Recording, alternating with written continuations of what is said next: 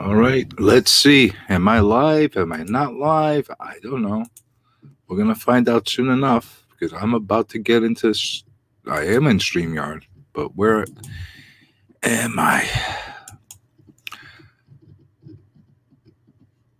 Let's see where we are. Are we live? I think we're live. I think we're live. If anybody's on right now, watching, where we are. There we go. I hear myself. There's the echo because I just turned it on to see if I'm on. So I'm live. All right. What we got today is Monday mail call. I wasn't planning on doing these every week, but for the past couple of weeks, it just so happens that I get mail on Mondays. So why not make it a Monday mail call? Think it makes sense. I'm not going to make this a long stream. I will drop a link for anybody that wants to hop on with me, and if they got something today and they want to show their mail stuff that they got, they're more than welcome to join me. If you want to come on because they got something to say, opinions, they want something to promote themselves, they're more than welcome to come as well. But while I'm waiting for people to come up, I got a few boxes here. And I need to open them up. So I'm slowly but surely going to open these up. Attempt to, and do this without you seeing any addresses. Let's see how good I am at that. I don't know how good I am at that, but we'll see. Let's see. All right.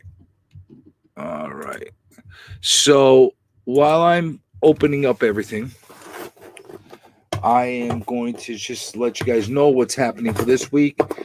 We are more than likely going to be doing the 150 subscriber giveaway either on Wednesday or Thursday. Why I don't have a definitive day yet on there is because I'm here in New York and we're expecting some kind of nor'easter to hit us tomorrow, which I'm not sure if that's going to affect me in any way business-wise, etc. So because of that reason, I am not going to commit to something that I may or may not be able to, hold to. So I'm not going to give any promises. The other thing I want to see if it's something that people want or don't want. Should I do it live or should I pre-record it? I don't know. That's up in the air right now. We'll see. Well, I'm going to say something. I hate this tape. It's giving my scissors a run for its money. God damn it. Holy crap. What the hell? What kind of tape is this? This is really annoying. This is really... Oh, there we go. All right. I'm getting there. This is a really annoying box. Oh, I just figured out why it's annoying. It's not supposed to open that way. It's supposed to open the other way. Whatever. Stupid box. Stupid instructions for a stupid box. And we got that one somewhat open. And we're going to get this one open. Oh, damn it. You didn't see that.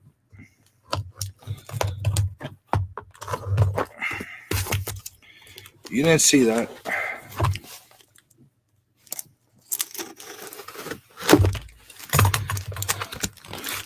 Hey, Nasfeed, how's it going? Happy to have you join me. I'm doing another Monday mail call. Not because I planned it, but just so happens that I got a bunch of books today. So I figured, why not do them live? I've been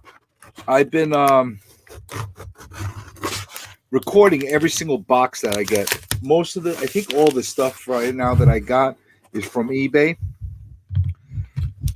The thing about eBay is it gets a little bit tough.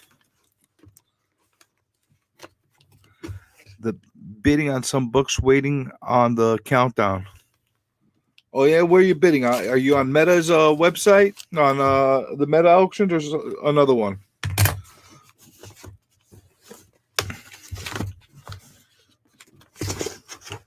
Anything good popping up on the auctions? Bet you will. You're gonna see some good stuff that you're not gonna see on those auctions there tonight here. But all right, we got all this crap opened up now. Now we got this all opened up. Let me put this to the side, and let's open up this one. This one was the easy one. Oh, on eBay. Which issues of Dark Phoenix Saga? That's actually a run I've been trying to complete myself.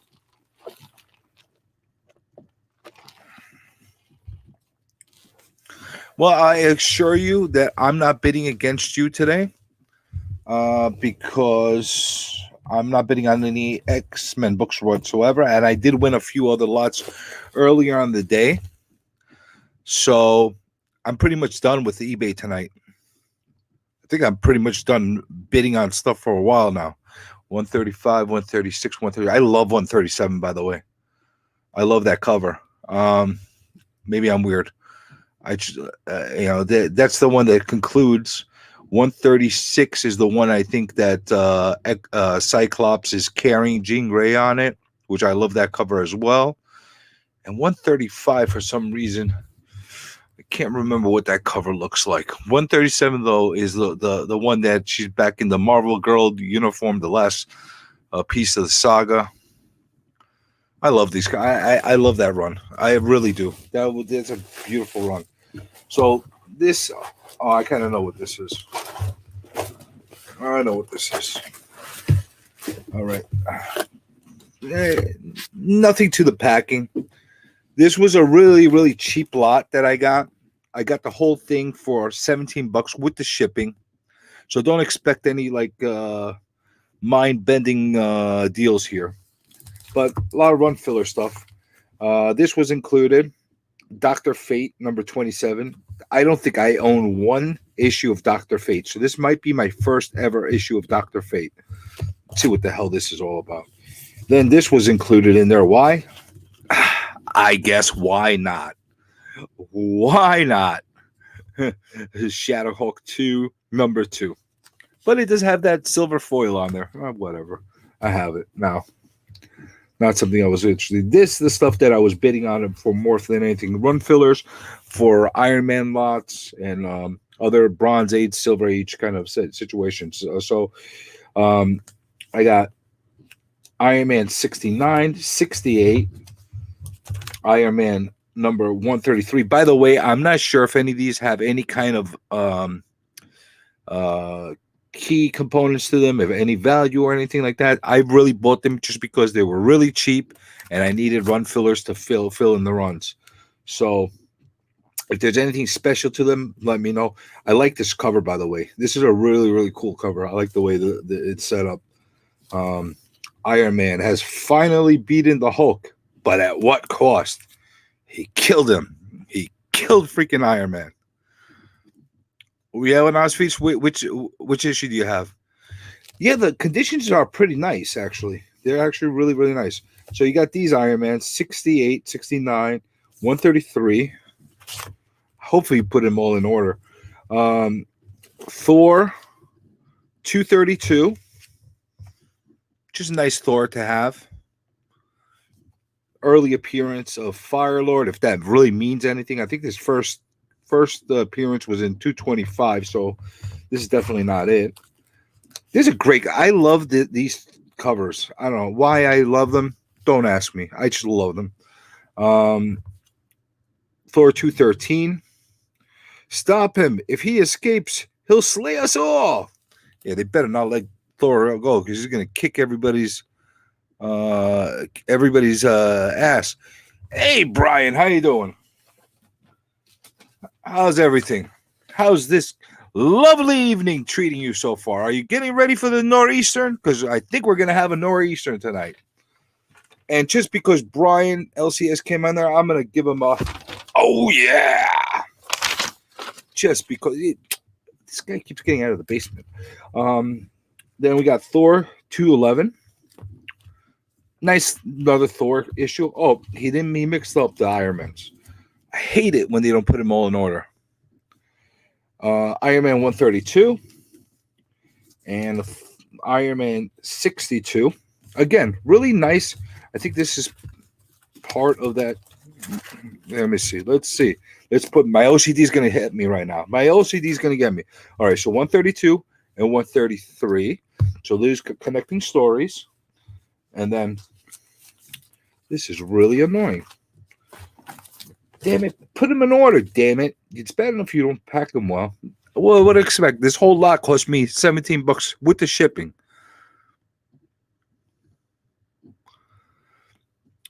Nas fees. You gotta listen to me when I tell you how to bid it on.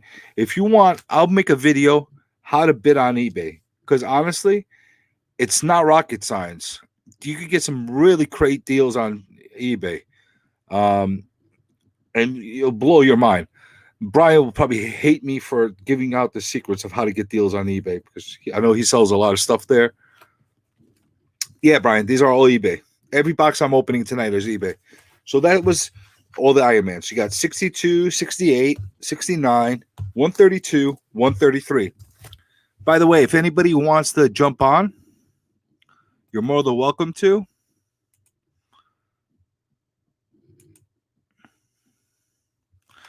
Brian, if you got a second and you want to jump on, you're more than welcome to. And as I'm going through the process of how I got these eBay books, maybe you could throw in a few pointers for people.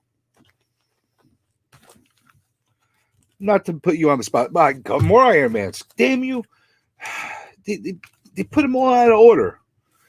And 114 and 140. So 62, 68, 69, 114. This is, I think this is the first appearance of this stupid character, Arsenal. That really means anything. Hey, Slim, how you doing?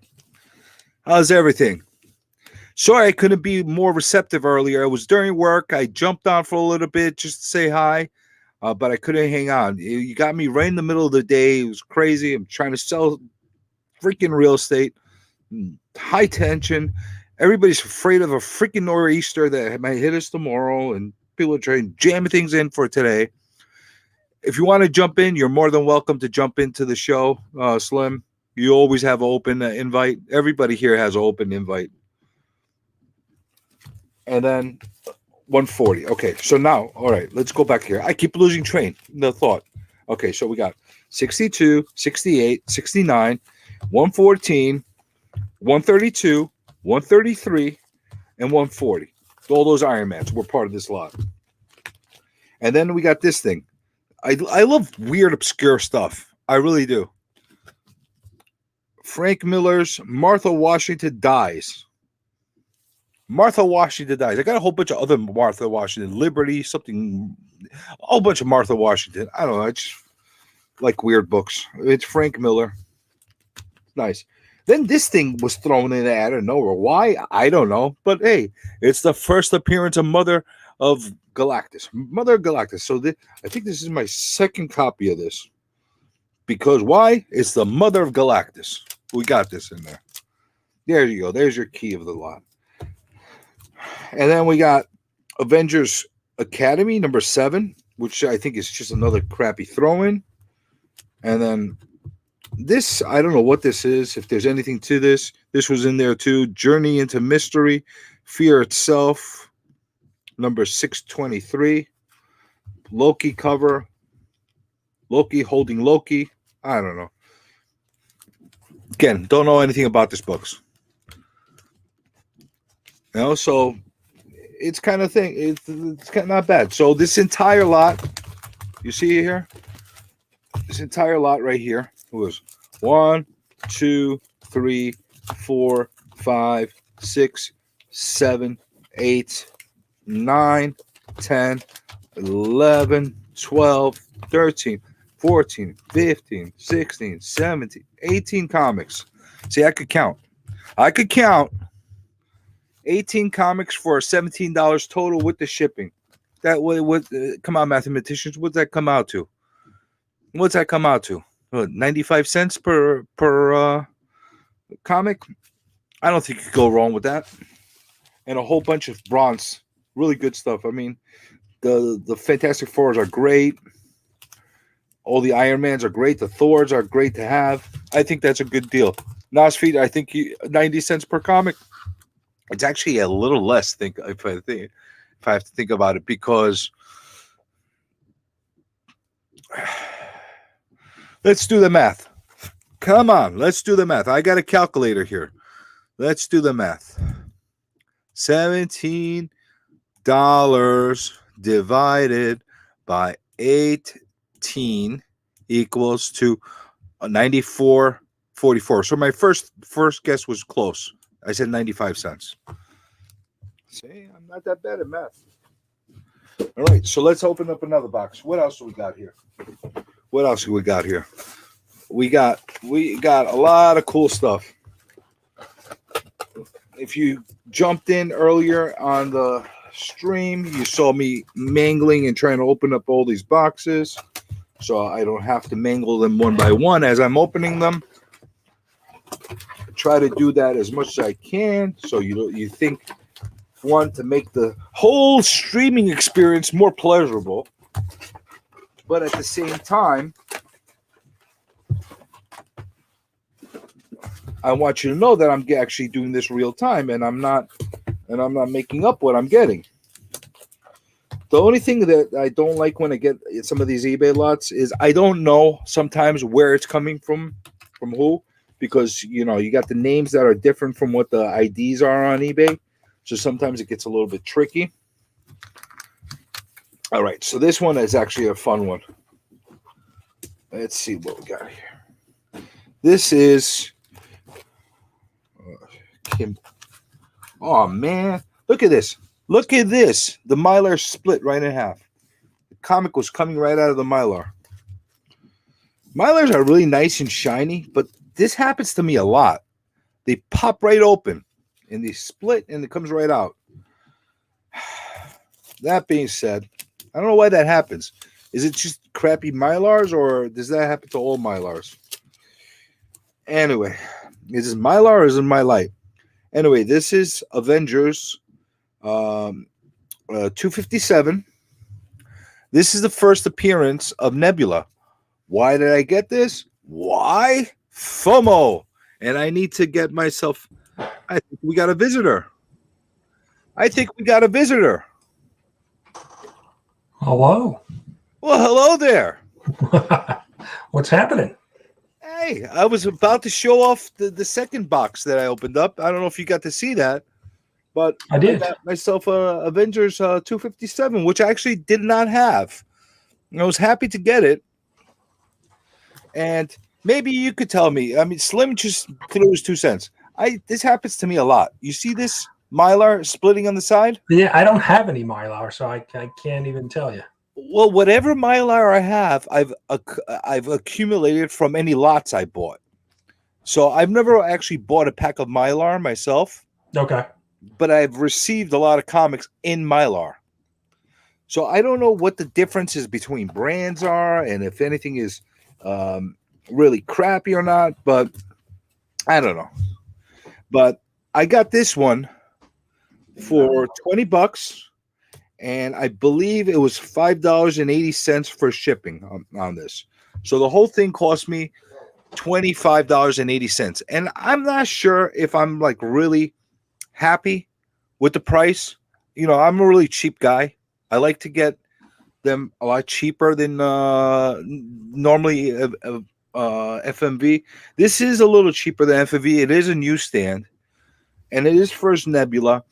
And because it is in a really nice condition, and even though it's split right down the middle and the book popped out through the shipping, it looks like it's a really good condition. With a press, it might actually get a 9.6 or a 9.8. So I don't know. I think I got my value. I got at least my money's worth with this one. But you know, I'm going to throw a couple of wasn't a tips. Gemini, wasn't it too? What's that? Was it in a Gemini box? It was. It was Looked like it when you opened it. a Gemini thing. I don't know if this is a Gemini box. Yeah, it is a Gemini box, and it had cardboard.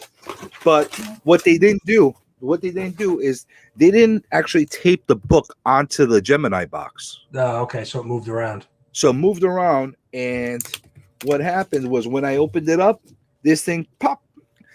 I'm not gonna be a prick about it to the seller because I don't think they realized what they were doing. You know, well, you know what? Let me let Hidden Gems on, and I'm gonna ask you a question as an eBay seller. Because I have limited information as far as eBay sellers concerned. I occasionally throw some stuff up on there, Right? but not a lot. So, hey, Hidden Gems, how you doing? Hey, I'm good. I'm good. Thank you for joining us. Yeah, no problem. Let me see how I could pull this off by showing us all together. And oh, there you go. In a really nice. Yes. Look at this. Now we got the wide screen. I'm Oh, learning. yeah. I'm getting technically advanced.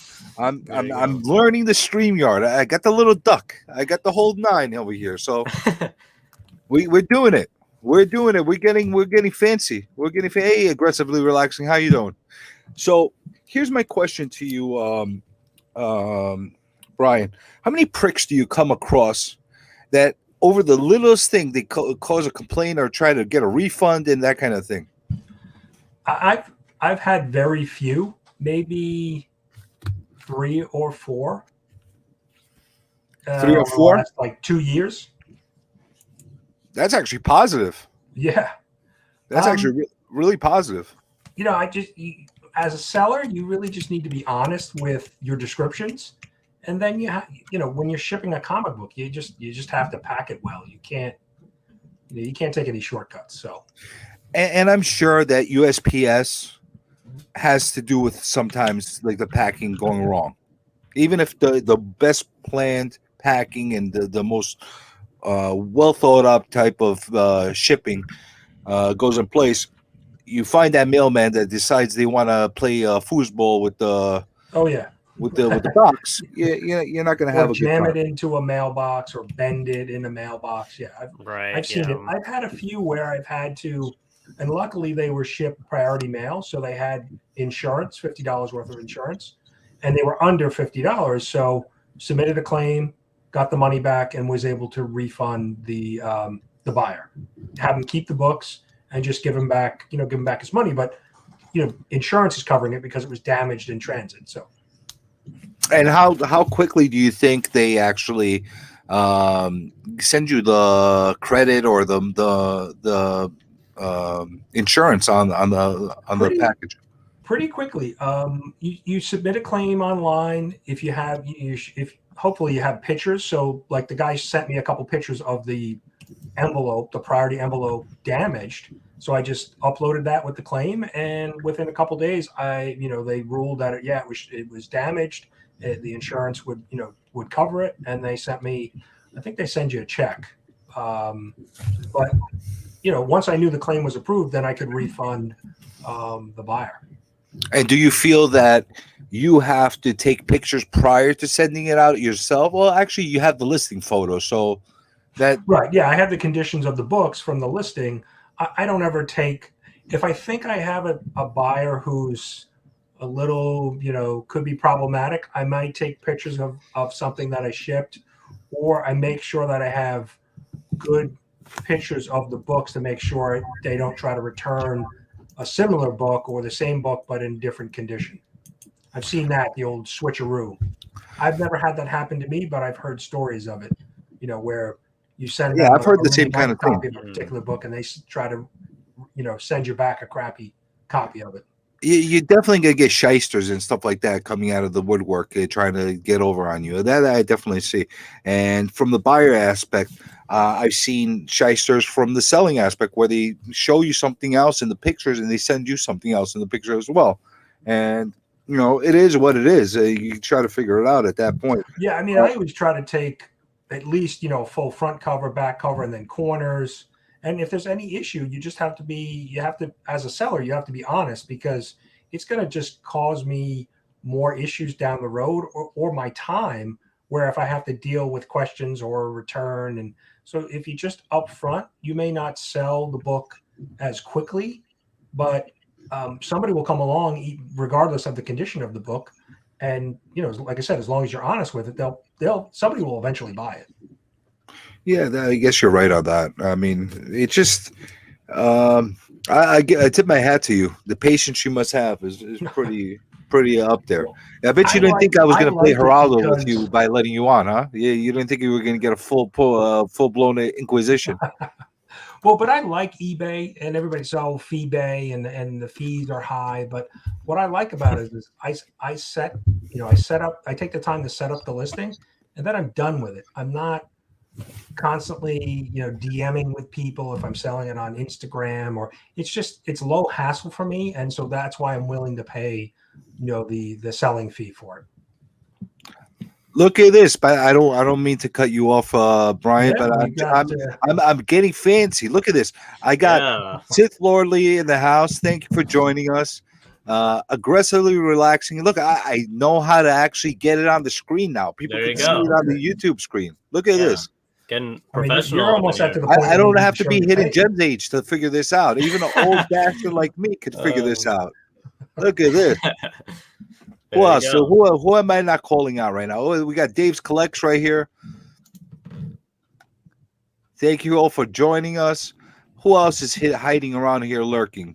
Let's find. No, Nas Feast. I brought you up a few, but let's bring you up in there as well. Who else are we missing? I think I got you all. If I haven't called every single one out of you, too bad. I got most of you, I think. Yeah. And if I didn't put a comment, say you forgot me, you prick, and I'll put you up there. So, by the way, Hidden Gems, you know how I give you a hard time about overpaying for stuff? Yes. This is a key example of what I mean. Okay.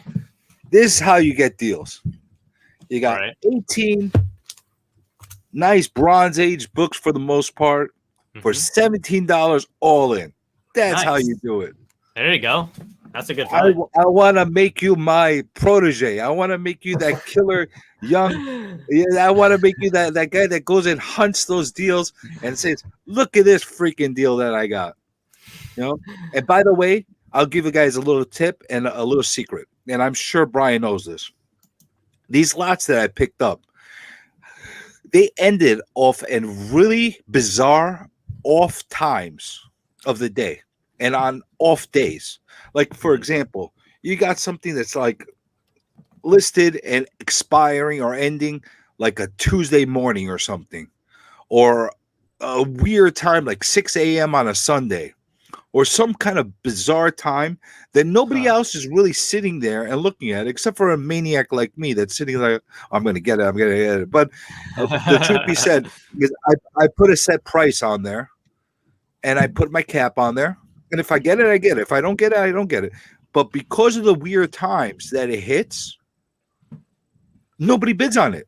Right. Yeah. You don't have any active watchers. Right. Yeah. Yeah. And that's the thing I think costs a lot of people a lot of things. The other thing that I've noticed is if somebody's new, they have very low feedback. I'm willing to take a gamble on them. If the book is decent enough and the price is good enough. And what I noticed is there's other buyers out there that will not take that gamble. And I'm going to open up another box and I'll show you how those gambles play off. Let's see, what are we else? Because I think I got a couple of these things that are pretty good in here. I got two more boxes. Oh, this got big bubbles in here. All right. Packing tape. Yeah, this guy was packed well. Very good with the packing tape and the bubbles. He's got a lot of bubbles. A lot of freaking bubbles. There we go. Bubbles. More bubbles. Look at this. By the way, Brian, critique. Go ahead. Critique on this packaging. You just saw how it's packaged. If you don't as a top top-rated seller, how would you grade this guy? There's definitely I pack without Gemini mailers all the time. Mhm. You have to press, obviously bag and board the books. You got to make sure they're bag and board, and then you press it between cardboard like that, and then you can bubble wrap it, or depending on. A lot of times, what I'll do is I'll put it in another like bubble mailer, and then put it in like a another package. Like a soft. I'm drawing a blank on the name of the bag, but basically like a poly bag, and then ship it that way. And I've had 99.9 percent no problems that way. There goes the guy I forgot to call out. Hey. There you go. But I called him out earlier, so he doesn't get offended. Thanks for joining us. But Brian, I get that. Not was everybody's going to have muted, Gemini probably. mailers. It just takes a little bit more decency as far as, especially if it's like, listen, this, I was not expecting to get this in like the greatest of packaging. And the guy did okay for what it was. Right. At least they were all bagged and boarded. They weren't all attached together, but it's fine. You put them in a bubble thing. These are pretty much mid-grade. Some are actually a little bit better than mid-grade, believe it or not. But $17. All right, I can live with that. I'm not going to be a prick about that, and whatever the case is. I wasn't expecting everything to come a pristine Gem Mint 10 kind of a thing, or 9.8, or whatever the hell you want to call it. Right. So I'm okay with that. This guy is an amateur. He's definitely an amateur, but he did a great job with it. And I'll tell you why. Because he did use the blue painter's tape, Nice. which I could become a really big prick about. Because if he's decided to put the shipping tape instead of that out here, and it's stuck to the books, even if they're in plastic, that pisses me off. Like, no. No, you shouldn't be putting, Scotch tape maybe, but you should definitely be using, painter's tape. I know what they're doing. They think it's going to be more secure. They don't know any better. This is a good one. So you're going to like this one. I wish Gary was on to see this one, because I think he could appreciate this. There's a Conan. Yeah. There Oh, it is. nice. Oh, yeah. That's a nice one. Oh, yes. That's This is a lot of very tape. nice one. That's This a lot is of tape. Here, this is a lot of tape. And this guy had a really low rating. This guy had a rating, I think, sub 20. Dang. So I Yeah, didn't you have a find lot that of sometimes competition with people bidding that are- on this against me. Not selling that often, or if they've sold other stuff, but they have just like one or two. He listings had a on mixed the bag page. of stuff that he was selling. He's like selling an ashtray and selling Right. this. Yeah, mixed. And I think people were just staying away from it. So because of that reason, I ended up getting Conan number 23. Is it in pristine shape? No, absolutely not. But I didn't have a copy of it, and I didn't want a copy of it, and I was okay not getting a perfect mint copy of it. And then alongside, look what else I got. Oh, nice. So we got a Red Sonja. 23 and a 24. So cool. anybody that's going to sit there and give me an argument about cameo versus first appearances, I don't give a crap. I got them both. There you go. Nice. You got it covered. It's like By the way, having this is the 180 first and full 181, right? Yeah, exactly. But by the way, this is the true full appearance of Red Sonja. There's no doubts in it. There's 20 panels of this character fighting and talking and named in it and the whole nine. So if there's any argument about, look at this weirdo. Look at he put him in backwards.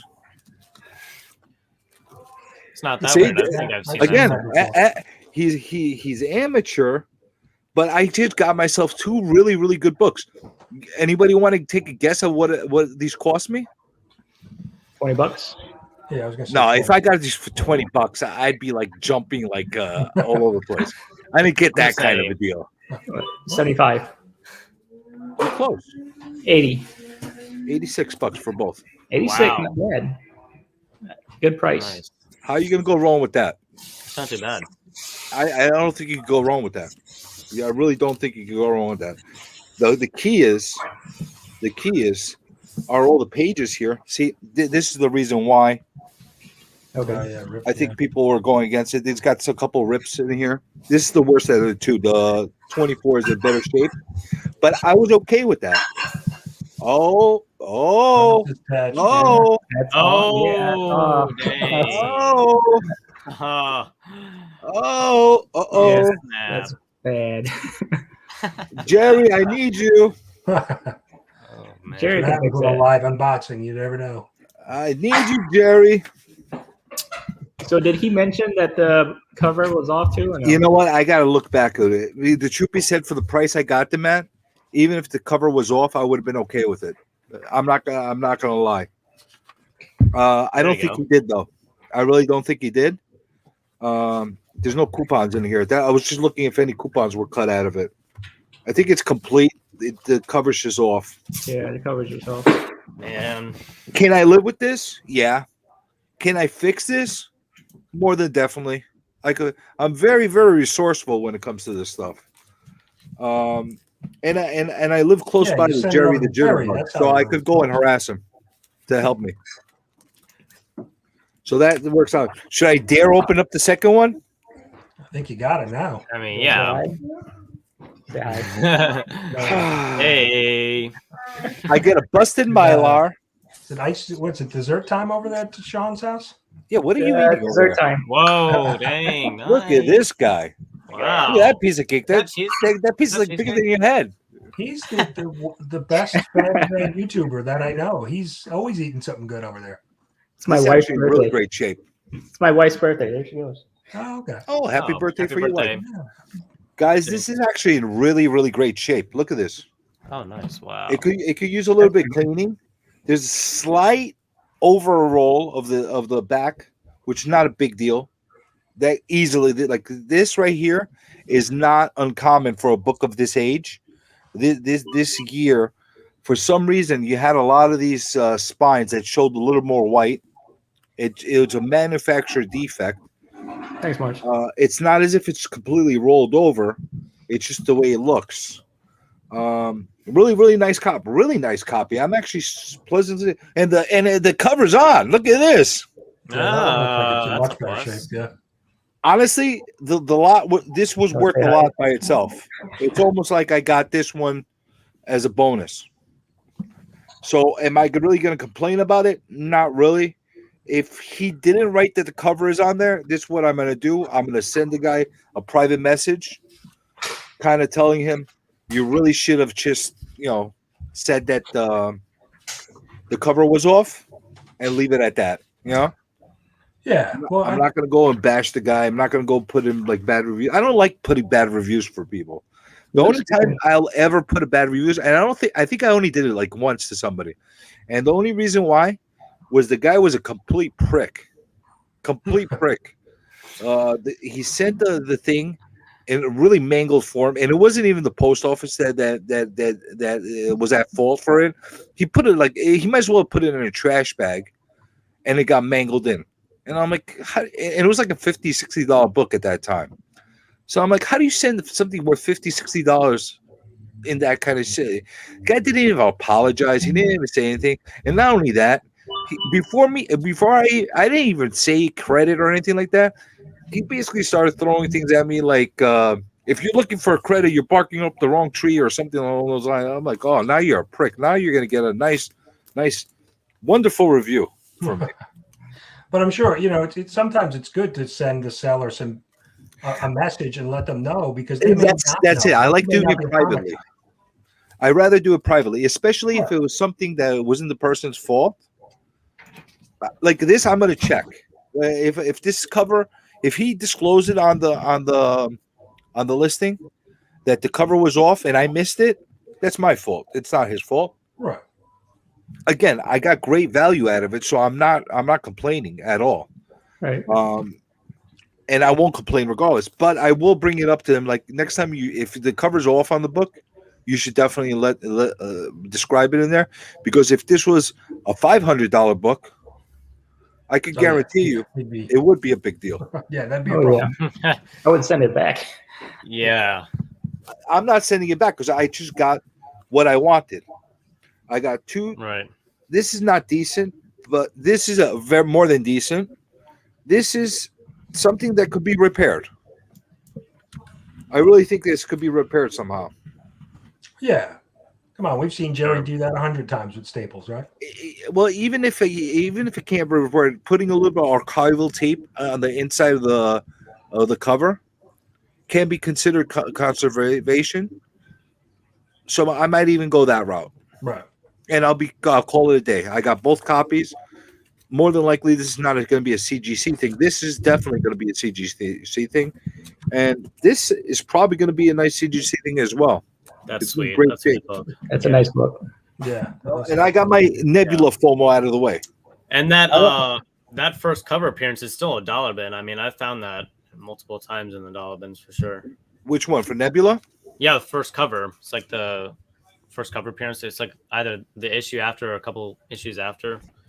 That's But a it's wonderful thing that you just brought up. The first cover appearance. Yeah. We got a couple of different opinions here. How much do you value that first cover appearance, especially if it's not right after? Like, for example, this is Red Sonja's first appearance, and Okay. immediately right after, her first cover appearance was on the next book. Right. On Nebula's first book, what was it, like 10 issues later, 15 issues later that she shows up on the cover? Something like that. Is that Avengers 257 that you got right there? Is that what it's called? Yeah, this is 257. That's her 258, first which I have, doesn't have Nebula on the cover. It has Firelord on the cover, believe it or not, even though she's in the Right. book. Yeah, I think I have that one too. I think. She doesn't show up on the cover for like another 10, 15 issues down the run. Yeah, that's true. How important is that to the character? Should I be running like a maniac trying to chase a cover of something that isn't even relevant to the story? Hey, Bloop, how you doing? Oh, what's Hey, Cole Comic, how you doing? Probably. I mean, I think it depends, right? You've got the first appearance, you've got the, or the second appearance, and then you've got, cover appearance. I think those are probably the order of, well, I think it depends too on the character, right? Right. I think the first appearance. Venom's first cover appearance is. I mean, I think the first appearance is more important. That's than what the should cover. be held as far as this gold standard. Now, if it just so happens, because the great debate between this one, this is actually as controversial, if not even more controversial than the Hulk 180, 181 situation. Really? Yeah, for some reason, people have always made the argument that this is the book to get. They've always made that argument. And the truth be said, this is the real book. Yeah, Unfortunately, this is the one I have without the cover, but this is the real book. There's 20 panels in here. It's not even as like vague as it is in Hulk 180, where he's in the last panel. And even in the Hulk 180, he does show up. You see his full body, you see the full uniform, you see his name in there, and he's ready to fight with the Hulk. The Hulk's looking at him like, what the hell is this guy with the yellow underwear? I'm gonna kick this guy's ass. But you know Blue what? underwear, actually. He's there. He's there, Yeah, he is. So I could understand when they're attached and it's the same story arc next to each other as far as the argument is concerned. Like, for example, nobody is saying that ASM 316 is worth more than ASM 300. 16 issues later. Yeah, people love it because it's the full first cover. It's not the first cover appearance by Venom, by the way. 315 is the first cover appearance. You see his freaking head over there. That's right. Yeah. That's right. I knew that. Yeah. But you see, I know a lot of useless crap. So you have a beautiful, full cover appearance. It's worth some money, but it's not even close. It's not even close to the value of the ASM 300. So my point is, people are chasing these first cover appearances, even though they're not related to the original arc. And I think that's just a trap down the line. It's nice to have it, especially if you're a collector and you love that character. But I think it's a trap. I think it's a little bit of a trap. You got the number one bizarre spec guy here in the chat, Bloop Comics. I don't know if anybody has seen his videos, but Yeah. he is He's he's highlighting. he's first got some appearances interesting of spec. I'll tell you that location much. Yeah, he's got a lot of spec books.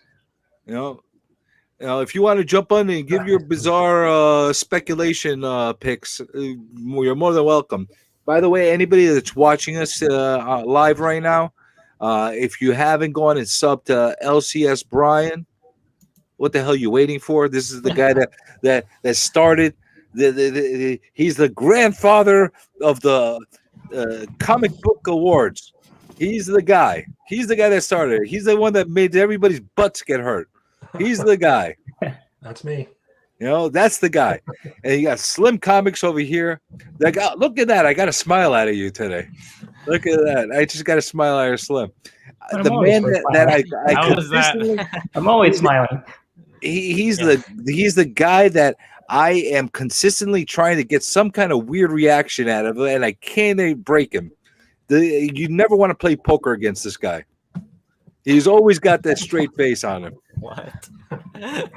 And then we got hidden gems. We got the young gun over here, the guy that I'm trying to train to go get those killer deals and not say I bought this for $20 and be proud of it. I want you to buy this. I want you to buy crazy stuff like this. But I will say something. I got caught in FOMO in a bad way with the last book I get, because I think I know what's coming in, and if I'm wrong, I'm wrong. But I'm pretty confident I know what I got. And I got this literally within not even 60 minutes of the news breaking, and where I was about to get it at a steal, I ended up getting grinded, and I just bit the bullet and bought it. I'll show you what it is. That's a big intro. What's that? Is it That's a on big Netflix? intro. Let's see what this book Is is. it coming on Netflix? You want to take a guess? Something's killing children. Is it No, recent? no. It's not nothing about eating children or anything like that. This is all classic stuff here. Oh, okay. Good. Oh, I think I saw it. Saw it. What is that? There you go. Oh, This guy put in Gemini mailer. there you go. Adam Warlock. He didn't tape it on the side, but whatever. You know, I'm not gonna argue. I'm pissed that I paid as much as I did for it, but it is what it is. Freaking FOMO got me. I was in the middle of bidding, and all of a sudden, I didn't know the news broke out with this stupid freaking movie. And Adam Warlock. It was just a book I wanted to get. I just wanted to get this because I'm trying to finish my run of Thor between 100 to 200.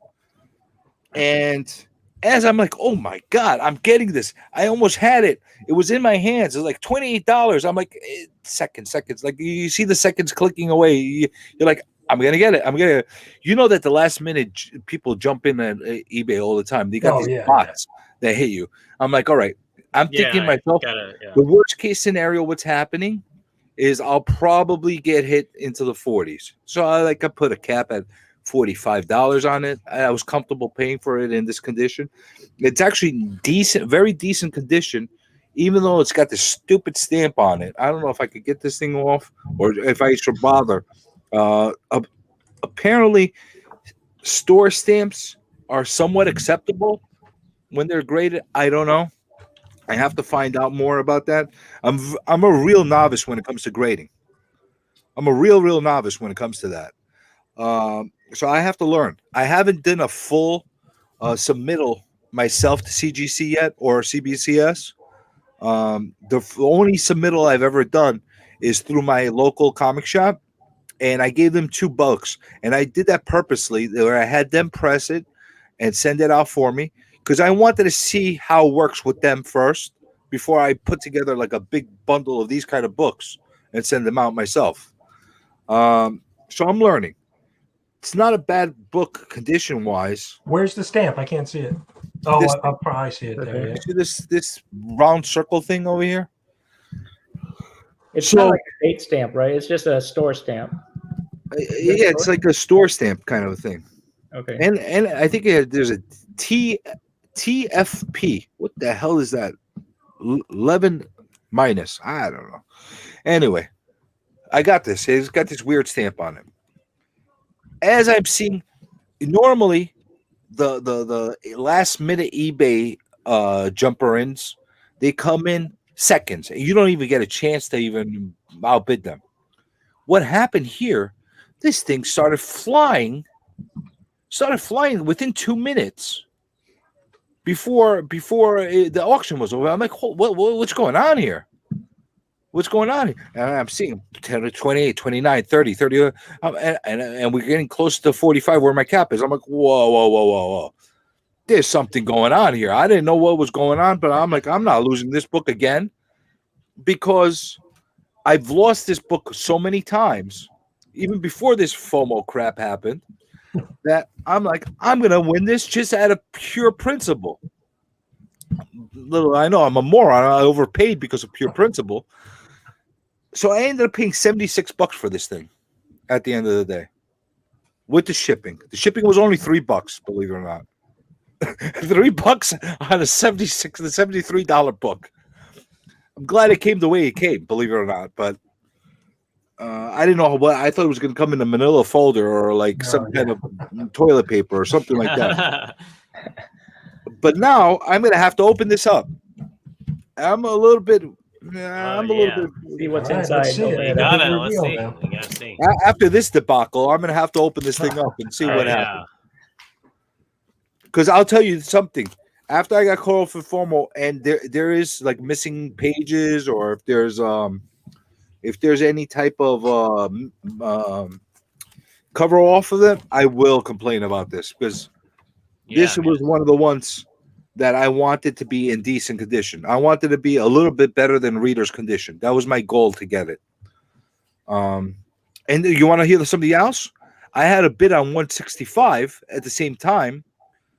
I think it might have actually been by the same seller, and it was mine. It was mine. It was like $45, and I had a cap of I think $70 on that comic, and it was actually better condition. This, I'm like, I got this. This is going to happen. I'm going to get both of them at the same time. It's going to be great.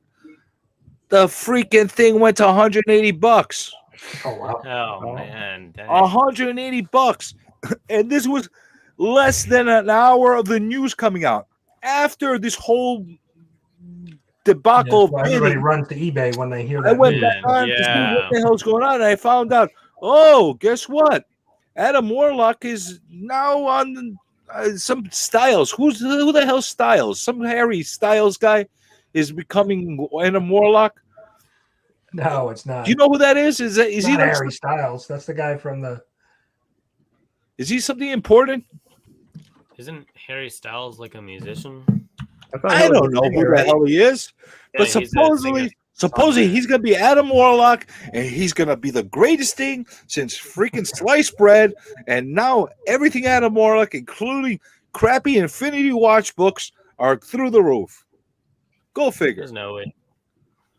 Go figure. I don't know. Like, let's see what the hell. The cover's on. That's positive. Start. And it's very nice and glossy, by the way. Look at this. This is nice. It does look like a clean cover. The back looked good too. Yeah, I mean, this is a nice looking book.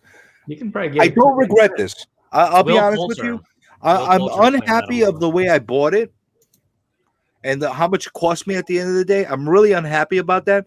But I don't, at the end of the day, completely regret it, because with this insanity, I don't think I'm going to find this again for under $100. They're already selling for 150 plus.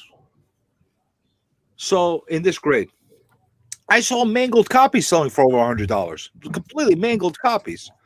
And even if they dropped out a little bit more, I think the hysteria is so deep inside people's heads that it's going to sustain at least the new bottom, because the bottom used to be around $50 for this book.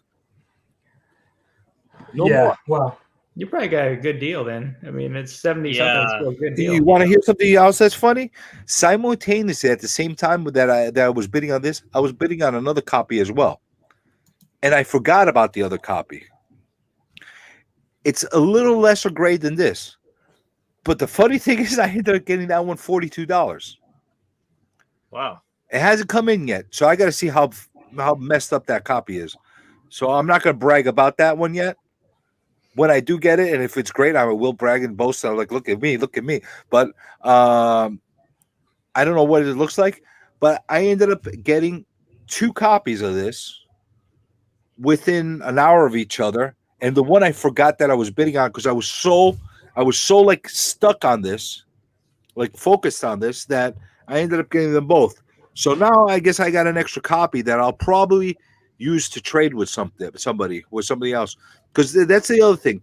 If I could get a really, really nice copy of something, I'm willing to buy a duplicate of it if it's a really great price, because I know somebody else will want it down the line. I don't care about selling it necessarily. It's more that, Brian, you need a copy of Thor 166. I need a copy of I don't know, some Hulk comic that has some value on it. You're willing to trade, or maybe I'll throw in something else. Maybe I'll throw in some cash, whatever the case, and we could trade. That's how I feel that the best deals happen, where I'm able to get something that I want, the other person gets something that they want, and without having to break the bank on them. Oh yeah, I've seen. I think it was Mark Spector. He was on another channel, and they were doing like a live trade. So they did a live stream, and they were nice. working out the deal of what they were trading during the live stream, and they came to an agreement and swapped books. That's fun. See, that's a great thing. And the funny thing is, I don't think there's any kind of app or platform where you can openly trade. Yeah, And if it does, I don't know if it exists. I don't know what is Rofus talking about. He's talking about Arrows. That's another freaking FOMO book. Everybody's buying Star Fox first cover appearance. It doesn't matter that it's 30 years later. It's first cover appearance. Same with like the Kang stuff as well. Like all the Kang covers like spiked up as covers are well. going After up, that. Yeah. For everybody that doesn't know their history and wants some more useless comic book knowledge, the first appearance of Arrow's Star Fox was actually in Iron Man 55. Huh. It gets completely overshadowed because there's another little character that was in there as well by the name of Thanos, and another character as well that gets like buried as well, Drax the Destroyer. That was, and the Blood Brothers. Don't forget the Blood Brothers. But there was a bunch of first appearances in that book, but everybody focuses on that Thanos. Who's Thanos? Because he's a big fatty. Some guy with like some kind of like nutsack for a chin. I think I've seen him around. He got a little bit of a melanin problem because I don't know what skin disorder. I don't know. He gets a little purple. Maybe he's cold. I don't know what he is, but a lot of testosterone. So but that's basically what you have with that. So it's everybody's focusing. Oh, you gotta get Avengers 2. By the way, his second appearance was in Captain Marvel 27. So why? Because he's like, look at me, I'm flying in the sky with the Avengers. That's now all of a sudden worth something. I don't know. I mean, I that's a book that I've come across a million times, and I think I own a copy of that. And great, it's worth something. Not I'm going to sell it because it's part of my collection, but you're getting people spending serious money. Somebody spent close to $1,000 for a 9.6 or 9.8 of that. For that, it's getting a little nutty, just a little nutty. I mean, it's nice if I got crap that goes up in value and I could sell it or trade it off for really high value stuff. Great for me, not great for you, but great for me. And I see that a lot of people are trying to manipulate this market in different aspects. But this is a perfect example, though. Adam Warlock was never like he was important character in the Marvel universe, but he was never an A-tier character that everybody highly coveted, other than during the Infinity Gauntlet, the time period. This is all artificially done. Well, yeah, I mean, you're seeing that with any character that's rumored or hits either a streaming service or the movies that it drives the price. But we've seen some of them fall after the fact. So hopefully look at that these isn't two. the case with Warlock. Red Sonja, she's a great character. I love her as a character. I like the whole Conan thing.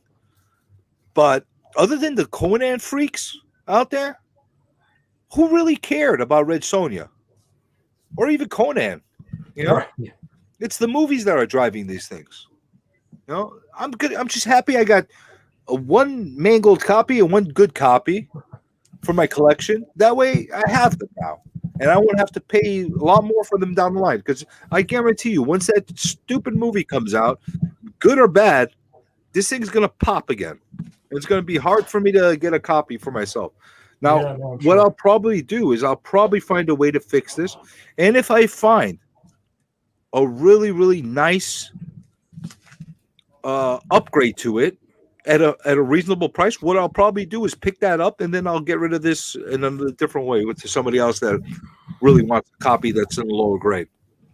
But you know, that's what I've been trying to do in my collection of late. Just I find spot fillers like these. This is more than spot filler. This is a really nice copy. And so is this. But this for me is a spot filler now because of the detached cover. If it wasn't for the detached cover, I would have been content with it.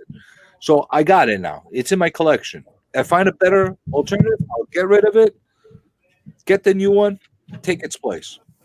And I think that's the best way to go about collecting right now because it's getting excessively insane right now with how expensive it could get. And I'm actually going to pull the brakes on a lot of the buying that I've been doing. Like right now, this past year, I bought a lot of crap. Believe me, I bought a lot of crap. My wife cringes. She freaking Well, her that's why you're in skin. the office right now, right? You're opening packages. In That's the office. exactly it.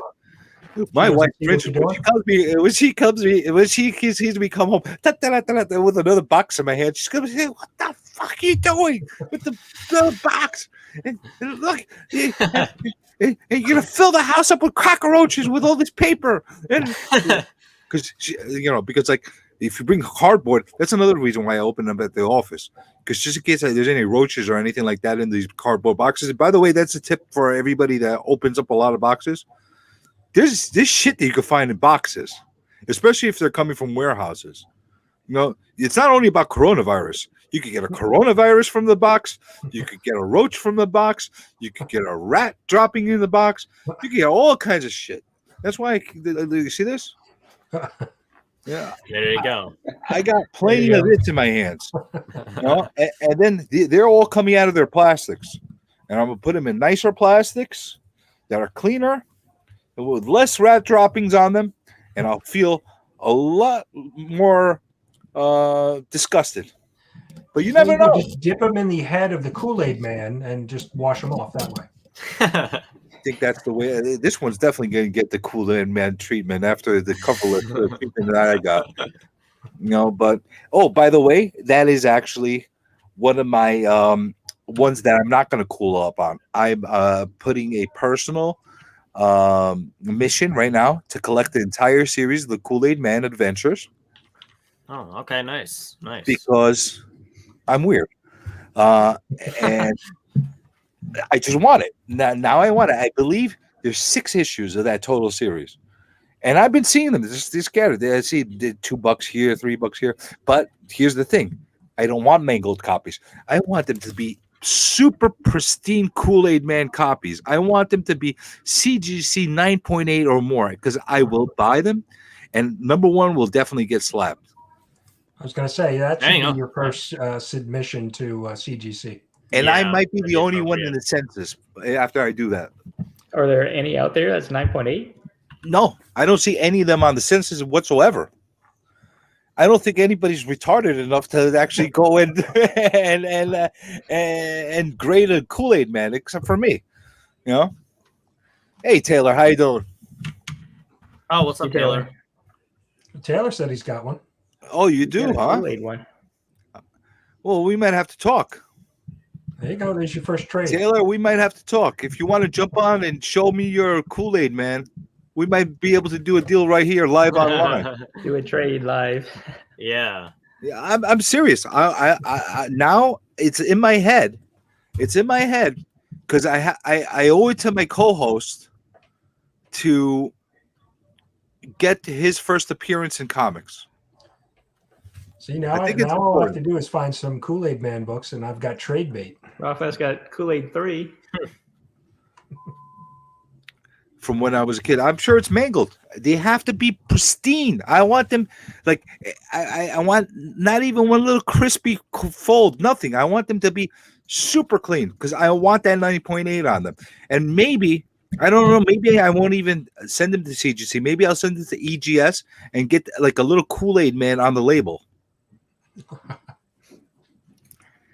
I guarantee you've never seen anybody else with that. And that's part of the way I like to collect. I like to collect stuff that nobody else has. Recently, I found this freaking obscure, weird Golden Age book. I don't know if you saw it on one of the previous openings I did of a comic called Man Comics #1. The book is from 1949. It's Wow. of a dad beating the shit out of his kid, and then he turns around to his wife and it says, "Get out of here," or something like that. I got it, not because I like people beating the shit out of their kids, because that actually gave me flashbacks of when I was a kid, and I was like, oh shit. I remember getting my ass kicked by my dad when I pissed him off. Didn't like that aspect, but I got it because it was so damn freaking weird, so damn obscure, and that would never be made again. Never be made for the better. But just because it will never be made again, and the title's called Man Comics, and nothing will be ever called Man Comics again because now we're gender neutral comics, and it's just the way it is. So I like little weird ways of collecting and things that you don't find in like mainstream pop culture. Things that are just a little bit obscure, a little bit different. This is this kind of stuff that everybody, I guess, chases and likes and stuff like that. Maybe not Conan as much, believe it or not, even though the movie news got speculators jumping on. But typically, Conan's not for your mainstream kind of people. The more of the barbarian fantasy kind of people that like this stuff. And Gary B. Everybody and Gary B. But the Thors are mainstream, and Avengers are mainstream, and Fantastic Four, I guess, are mainstream now again. That I get that stuff too. But I like those like really, really difficult to find books. Really like to say that I have the only one, even if it's worth crap. I just like to have those obscure type of collectibles. That's just my way. I mean, do you guys have any kind of things that you collect like that as well? Of course. I mean, after years of dollar bin diving, you're going to obtain some sort of weird stuff. Probably have at least a full short box full at this point. I probably got a couple boxes that are like weird and strange. What about you, Brian? I'm sure from the much collections you bought, you got some weird books in there. Yeah, but not in my own personal collection. But yeah, in a couple of the collections that I've purchased, I've seen some weird, some weird stuff. So, what's the weirdest books that you guys have in your or ever had in your possession? Not things that you came across at a shop and said, "Oh my god, what the hell is this?" Something that you actually owned. What is the weirdest book that you own? Say Fart Night. Fart Night. FART night? Fart Night. All right. It's a comic book that they use fart as their type of weapon. Nice. Well, you know what? That is a powerful weapon. You give a concussion fart to somebody, that's going to knock them out for a loop. Silent but deadly, right? Yep. Oh, yeah. Oh, what about the loud but deadly ones, too? Those might be even worse. Just the sheer wind power. Yeah. I've got, I found a couple of these. It was kind of like spoofs on X-Men 1 and on both of the different volumes. So the first one and then the Jim Lee one. So it was like Unfunny X-Cons or something like that. And it was like this like hilarious style. I gotta find it, but it's like a parody book. Yes, it's a parody book. It was hilarious. That's the greatest cover, pretty much. That's what about you, Brian? Obscure thing. I don't think I really have anything. Not wait, hold on a second. Speaking of weird, somebody else came on here. Oh snap! Oh snap! We got ourselves a little weird edition. Hey, What's up, guys? Totally bizarre. Hey, Tyler, how you doing? I'm good, man. How you doing? Very good. Let's give Brian a chance to tell us about his weird book, I and don't then I'm think I going to get to really you. have anything in my PC. I don't think I really have anything out of the ordinary. Oh, so you're a prude. You don't have to have anything weird. You're streamlined. No, You're I pop just- culture. Nothing You know, weird I for was you. collecting when I was 13 or 14 when I first started, so I didn't really buy weird at that time, and I've only been back in for like 2 years, so I haven't had really the chance to buy anything strange yet. I'm actually shocked that you didn't come across something that made you flinch out of those collections that you bought. Well, no, there were some strange books in there. There were some adult content books, and I had like a rock women of rock vixens. It was like Madonna was in it in comic book form, and Lita Ford, and I was like, what? Like, What the hell's that? That one was a little weird. That's got me intrigued. That's got me intrigued. The women, the vixens of rock. Okay, that's got me. I gotta look that one up. What about you, Taylor? What kind of weirdest I weirdo think stuff was you got? related to the one Brian had, but I sold it. It was Glenn and Henry Forever and Ever. It was Glenn Danzig and Henry Rollins in a fanfic love comic. So You know what? I think you got the winner there. Yeah. you can find it. You can look it up on Amazon. There's copies available. It's hard to find, but I mean, it's like I sold my second. It was a mini comic. I sold my second print Ashcan for like $100. So You got to be Nice. kidding me! So it's not even a full comic form. It's like it was a mini. Ashcan. The Ashcan was worth more than the full comic because no one had ever seen the Ashcan before. So I don't know. I found it Jeez. about the same place I found these. Oh, there's a Kool-Aid one. There we go. We're gonna have to talk. Well, we can talk. I have 2 copies, and they're both pretty crispy. They both probably need to be pressed because they're just newsprint with no cover on them. Really. So, I could live with that. but yeah, they're in good shape. There's no corner dings and no color breaking ticks that I can see. So, but yeah, we can Nice. chat. Me personally, I have a lot of weird books. I really do. Honestly, I should make a video just to show my really obscure, really off collection. Like I've got stuff that like make you scratch your head. Maybe it'll make you cringe. Maybe it'll be like, what the hell? But I got a lot of those kind of books. Like I got a lot of WTF books. Off the top of my head, one of the weirdest books that I know that I have is this thing called Captain Oatmeal #1. And it's like a guy made out of oatmeal that's like jamming cereal into these kids' mouths on in the cover. Oh man. That's pretty out there. But the other comic that I personally I have like a personal attachment to because of it's so obscure and so weird is a comic called Grenada. And the thing that makes it so weird is this comic was actually printed and published by the CIA.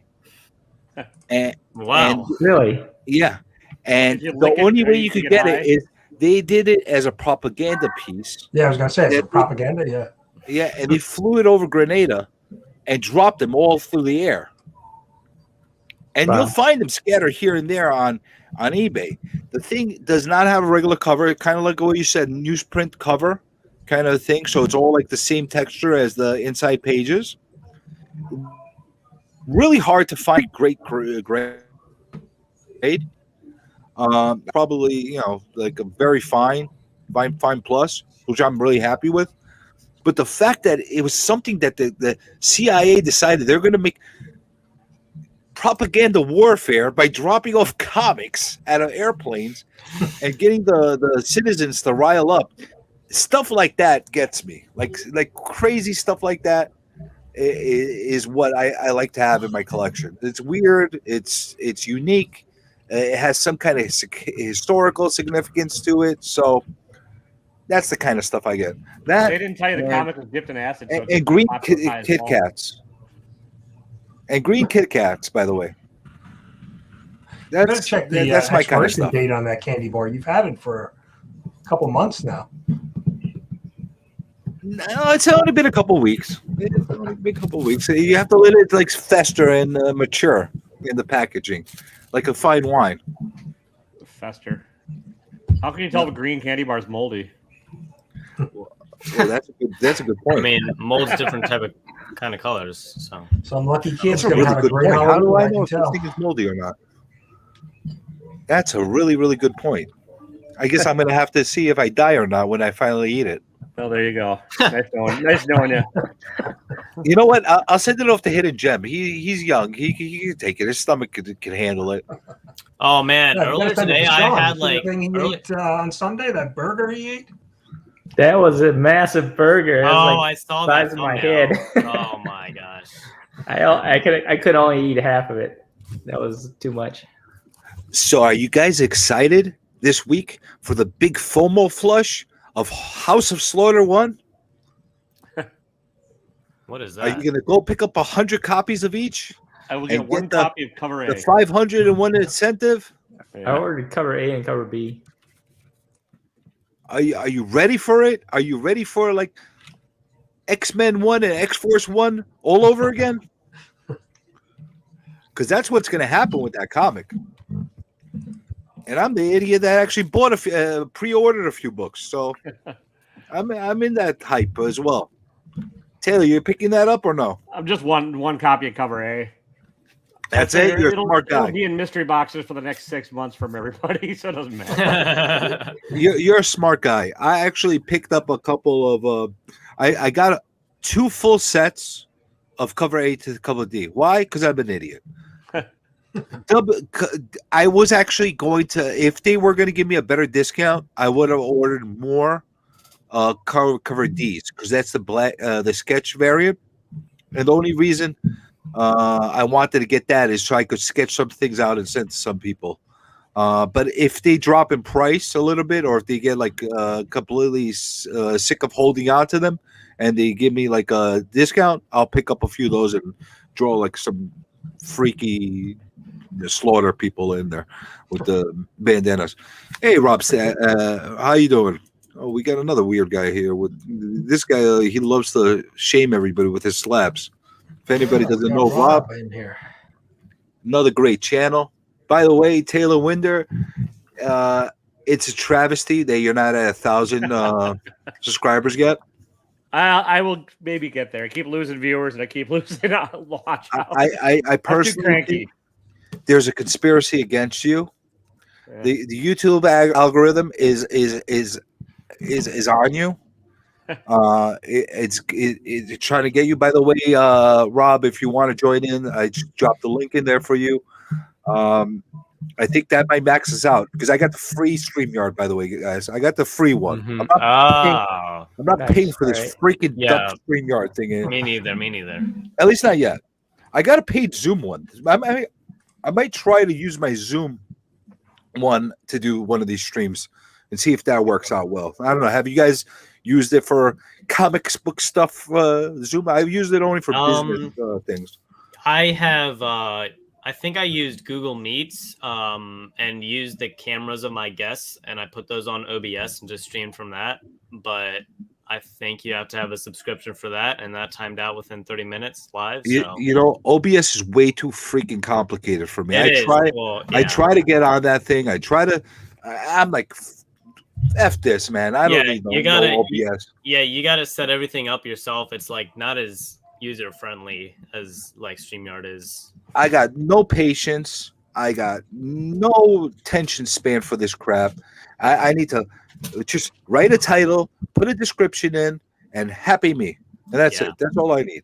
Yeah, I mean, once StreamYard you- is the easiest, right? Yeah, it is. I mean, like once you finally get everything set up, like your camera and your back, I mean, whatever you want, like you can put your chat in like I do. Once you all get that set up, like it's so easy to go live like pretty much every time.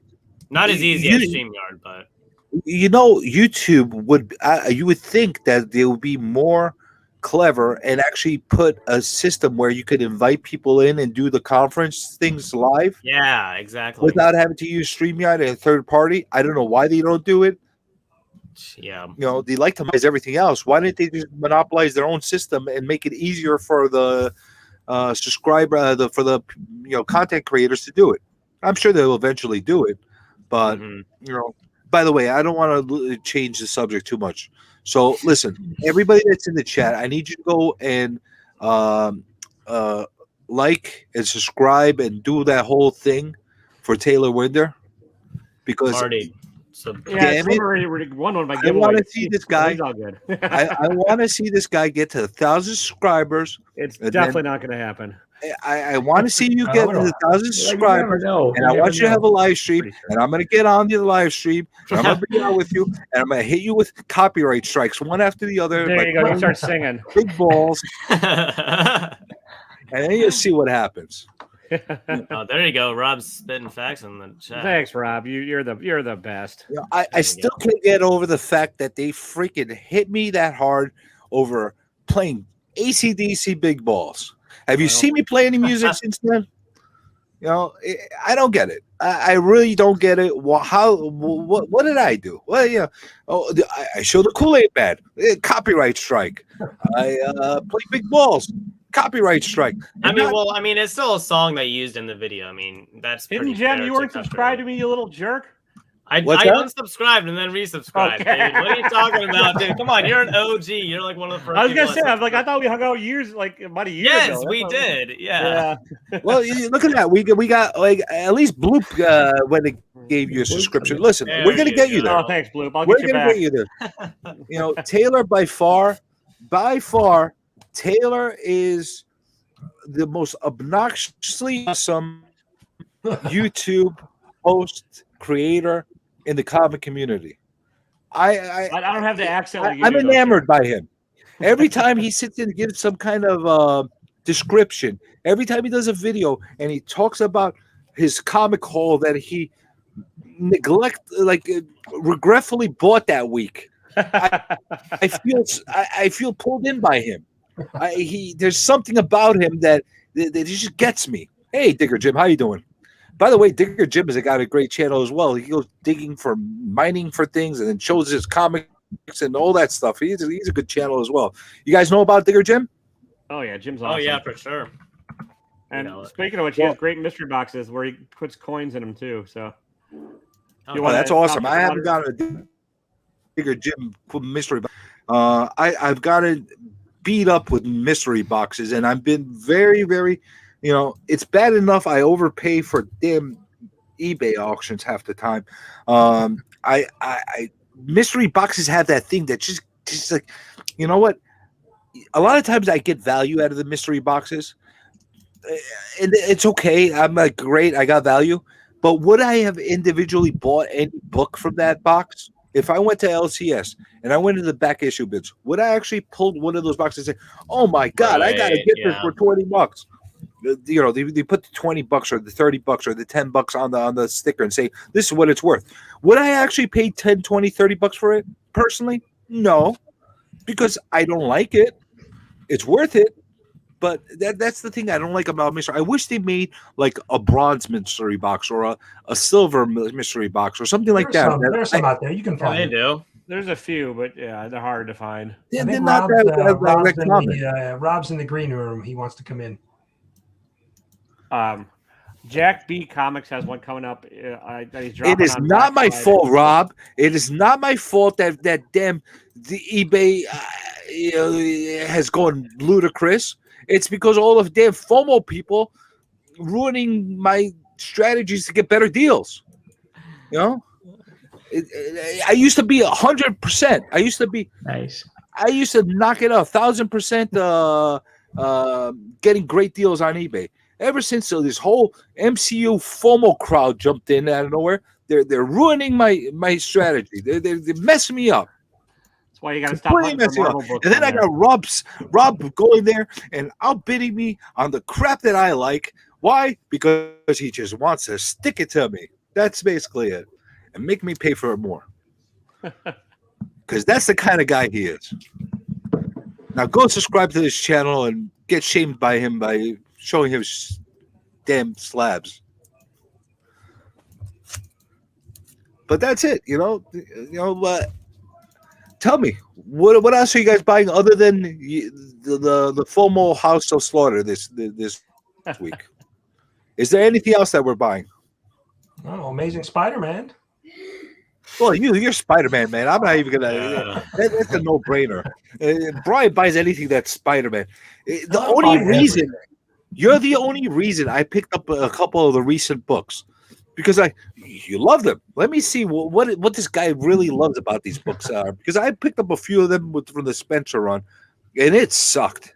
I'm sorry, Brian, but it Yeah, sucked. no, the Spencer run was It just yeah, it wasn't was that like great. slow death.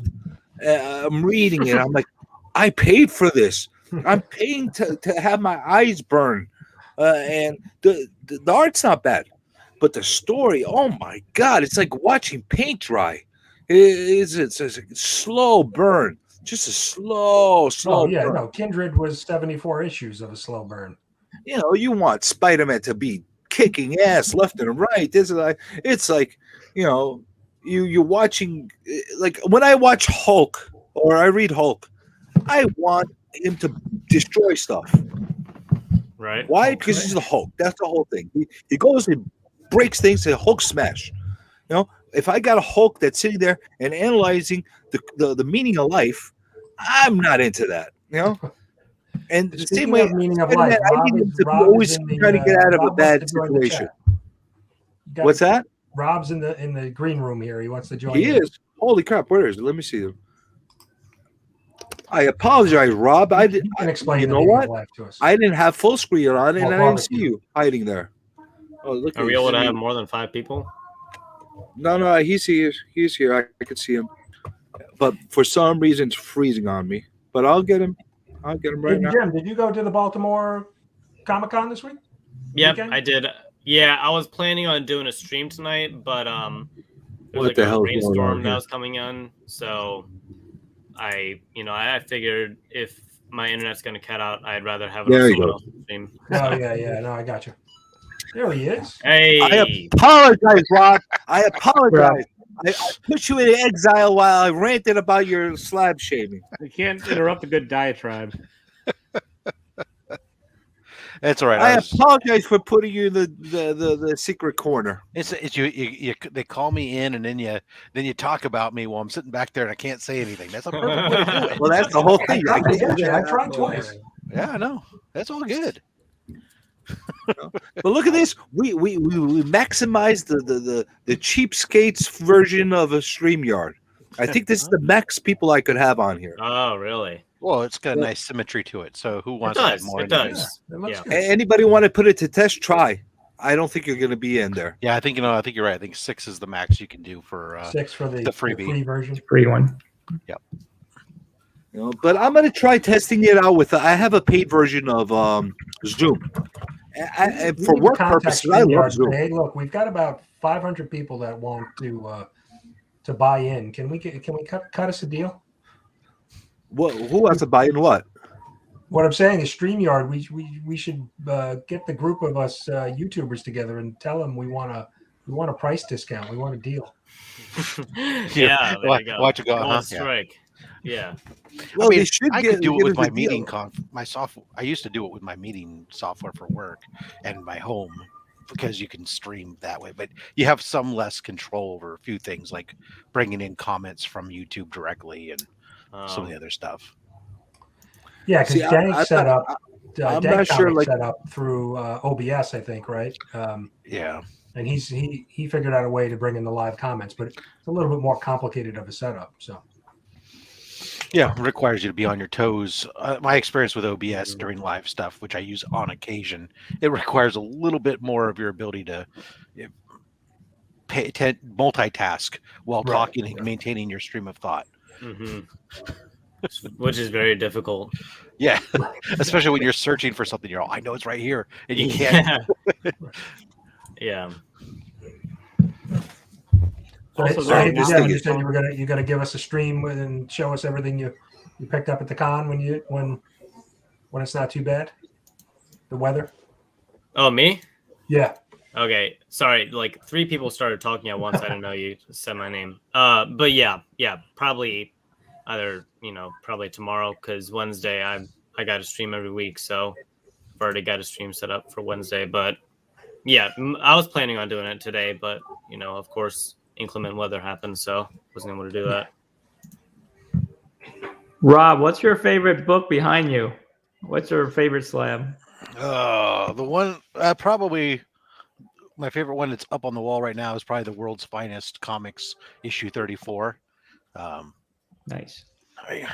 No, it's the Amazing Spider-Man number That's 7 what- you just put up. It's pretty close, but I mean, this is just I just Oh, totally that's dig the hell cool. out of this Oh, comic. that's I mean, sweet. That's So I a mean, great this cover. is Wow. 6.0 white pages from 1948. Wow. I bought this book That's raw. nice. Nice. And then had it graded. So it's just That's a great cover. such a fun book. I mean, but yeah, I mean the ASMs. There's a lot up here. I mean, it's tough because I mean the ASM 7 that I just acquired. That's obviously I love Spider-Man and being able to get get single digit at a reasonable price was Yeah. nice. But and then the ASM 300 just holds a special part in our family because it was my brother-in-law's when he died, and Oh, I wow, love okay. Spider-Man 2099. So to be able to pick up, Taylor hooked me up Yeah. and got me in connection that allowed me to get a 9.8 second print. Nice. I Yeah. just Or found you the Toy drunkest Biz. auctioneer ever, Rob. That's all I did. He said, "Hey, dummy, you have too much money. Yeah, Here's a here's toy a really that you good might deal like. for you. And if you're stupid, you might split the package open and gamble." And I did. Y'all notice that Comic Journey is frozen right now? Yeah, I was just gonna say, I think yeah, we we lost got the the hope. show. Yeah. Yeah, he was- anyways, well, he's at Alonzo. yeah. Oh, he's gone. There he goes. He's There gone. you go. There he goes. Well, Let's get him banned. Everybody start playing some ACDC. oh snap! Bring in the cooler. What content can we show? Yeah. I don't know. There is not much coming out this Wednesday that I'm excited about at all. I just know. Yeah, it looks like a light week. Yeah. I've got the Kool-Aid Man to fill in for Comic Journey over here. Nice. Hopefully, Oh, yeah. Nice. There you hopefully his stream doesn't get copyrighted for some reason. But For a yeah. plushie, I don't think you can. Oh yeah. Don't Taylor, put it I past did. YouTube. I did finally slog through the final issue. And Well, it's over. yeah, I don't have to buy it anymore. Yeah. To be honest, I got to go back and read issue 11 now because I don't. Yeah. Really, I was like, oh, it's dude, what did he die? What? Yeah, they didn't really make it too super clear, but it's also The like, that's- time. This is the thing I freaking getting sick. He's doing it in Catwoman, Batman, or Batman, Catwoman 2. Is a stupid time jumping, telling multiple stories at different points in time simultaneously throughout the book. It's just like, yeah, it's a nightmare. is this the now or And the in my humble opinion, Adam Strange did not act in character at all. Rob reached for his hair, but he realized he didn't have any. yeah? saw I that. tried to pull my hair out. Yeah. but Tom, he had hair already- before he started reading Strange Adventures. yeah, the new Strange Adventures. Bloop says thoughts on Spider-Man: No Way Home. Do any of you have any negative opinions on? I think it's gonna be a Spider-Man? hot mess. I think they're gonna try to add. too No, much. he's Yeah, back. I just hope. Yeah, I hope that it doesn't go wrong with the amount of characters right. they have in it. But Yeah, it's good. we'll What see. could possibly go wrong introducing that many characters? How? I know, right? How, You got locked out how again. the hell do I get kicked off of my own stream? You got I'm the kicked guy out, right? that's hosting the stream. Copyright strike. The internet Don't worry, doesn't. You see what Internet YouTube doesn't does to care. me? It's just like, get out of here. You have a channel. Get out of here. Rob's here. Taylor's here. That's Sean's here. Brian. Yeah. That's here. They're taking off your YouTube, over your yeah. damn stream. They're just get out of here. Get out of here. You showed your damn corn without a cover. Get out of here. You know what? That Yeah. I'm going to YouTube- be calm. Yeah. YouTube. I'm gonna be calm. Yeah.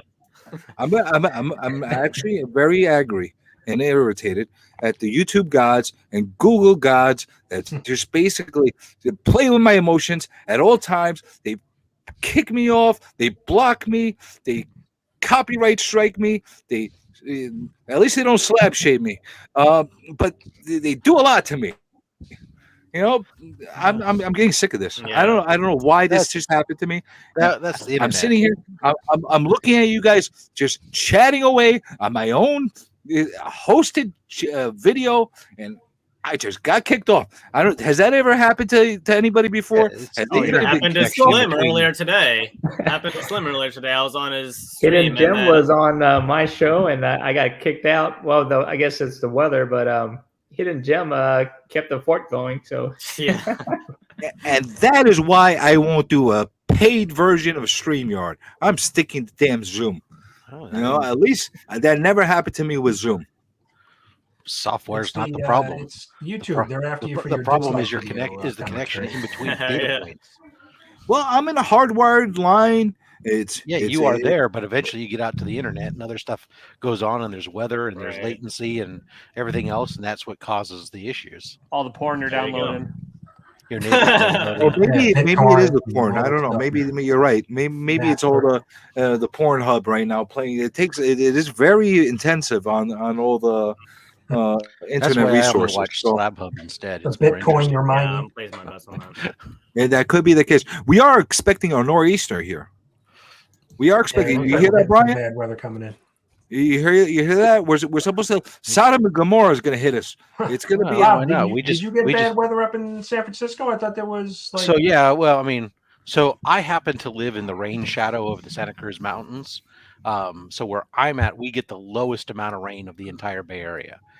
So it wasn't too bad here. It was windy and raining, and we had about an inch and a half of rain, and I had to drop the canopies down and stuff like that. But you know, you go 40 miles to the north, and or even just 10 miles to the east a little bit, and people were abandoning their cars on the freeway because they were flooded out, and cars got stalled, and they couldn't get them to go anywhere, so they were leaving their cars and just leaving on foot, trotting through water. Crazy.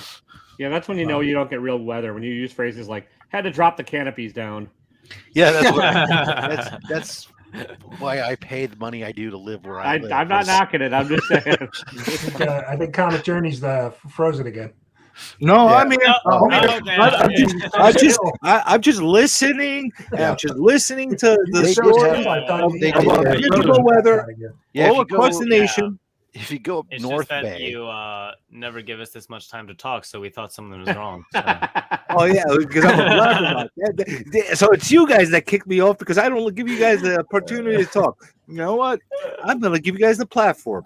Here you go. Well, let me give you some questions. Let me give you some hardball questions. That way, you know, These are let's getting see. balls Let's to see hard. you struggle with it. Let's see you kind of figure out. But I gotta think of them first. Bring it on, Um, big shooter. I think but yeah, so while he's thinking of his questions, the North Bay, above the bay, they actually had hurricane force winds, which is something we don't have on the West Coast very often. So Dang, I see you over there with the fidget spinner. Okay. What do you talk about, fidget spinner? Rob Yeah. has a fidget spinner. I see that. Yeah. Anyways, I gotta go. I'll see Is you that guys what? later. What happened? Yeah. Bye, Jim. Now I I'll get see you. back Good and night, you guys. gotta Good run night. away, huh? Well, I mean, I gotta go to bed, so I got school tomorrow. He's got homework. And I gotta go to work. Gotta go He to gets work at the school. comic And shop. me getting kicked off is your doing, little one. You did some All right. kind of millennial hocus Oh, boy. pocus crap on my computer. Yeah, And I that's- take and full that's why I got responsibility kicked for off. that. Yeah, get off his lawn. Damn you! Well, you're not even a millennial. You're a Gen Y thing or something like that, right? Z. What is your Z. generation? Gen Z, Zeta. I think. Gen Z. iGen. For sure. Yeah. Gen Okay, anyways. Z. See you guys. See you, Bloop. See you Yeah, guys in the chat. Thanks for joining us. Easy. Bye, Hidden Jim. Gem. Have a great night. He's a good kid. Yeah, Rob, didn't Yeah, San he's a good Francisco kid. get like 10 inches of rain yesterday? No, Like, San Francisco had they- five something inches, which Oh, okay. but I that was heard- within I a heard something on 24-hour the news. period, which is a lot for us. It's a lot anywhere in that short amount of Yeah, time. Yeah, short period of time. Brian, how bad is it supposed to be here? Have you heard? The last weather report I watched, we're supposed to get like 4 or 5 inches of rain tomorrow. Wow. There was several feet of snow in the mountains, so Yeah, that's a lot for here. So Yeah, it's well, good. sure. we can I'll use take- it. You don't have to shovel rain, so I'm good. They said Lake Orville, I was reading, which is the lake out here that they had to shut down the hydroelectric on for the first time in like 70 years, 60 years or something. They because the water level had gotten so low, the lake rose 10 feet in the 24-hour period from the rain. Oh, wow. So it's an artificial pond. It's not a natural pond. It's dam. Oh, okay. Yeah. Wow, that's One of our many pretty above ground interesting. reservoirs. Taylor, where do you live? Wisconsin. Wisconsin. Yeah, Wisconsin. it's I pretty was cool. there Happened there? yesterday. Were you? I was in Kenosha. Oh, nice. Yeah. I mean, that's barely Wisconsin. That's like northern Chicago, but still. Yeah. What's in Wisconsin other than cheese and the Green Bay Packers? Beer, bratwurst. You got Cheese. beer, bratwurst, and Taylor. Yeah, pretty Cheese. much. And Yeah. cheese.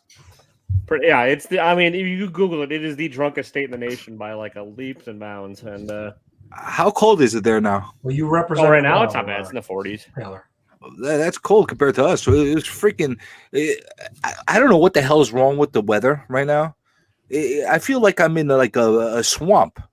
Like all day today, it's like muggy and it's just nasty. It's New York. It should be crisp and cool right now. You're just going through menopause. Oh, that's true. Yeah. My doctor did tell me that I was going to be having those symptoms. Muggy And the memory loss, so I forgot that they told me that. Yeah. So Brain like a steel colander. It's full of Yeah. holes and shit just goes right through it. Yes, yeah. Sean's not too far south of me. I think I know what city you're in. You're a Bourbon, Chicago, right, Sean? Yeah, about 45 minutes away from Chicago in Aurora. Yeah, so okay. close to Chicago. Yeah, that's not bad. What city are you from? I'm Wisconsin. from Appleton. That's what city? About a half hour south of Green Bay. Okay. So, Yeah. but I've Half by Green Bay went to Sturgeon Bay. oh, nice. Yeah, Door County. That's awesome. Yeah. Yeah, I lived in Chicago proper for about 6 years, and I love it. I miss the city. Oh, nice. apparently, Bloop wants to know what our thoughts about Spider-Man: No Way Home are. Does anybody have some thoughts on that? Yeah, we touched have on it when thoughts. you were frozen. When you were frozen, before. we went into great discussion about it. God damn you! What the hell? I miss out on the whole Spider-Man: No Way Home Yeah, conversation. we all agreed as long as the Kool-Aid Man doesn't show up in a cameo, we're okay. It should be okay. God. The Kool-Aid Man's going to be how they break through dimensions. I'm I miss out on all the good personally stuff. holding out for Woodsy Owl. I miss out on all the good stuff. Now I'm catching up on all these messages. I don't know. Yeah, I'm frustrated. I don't know what to do. What do you guys think of this? You like this?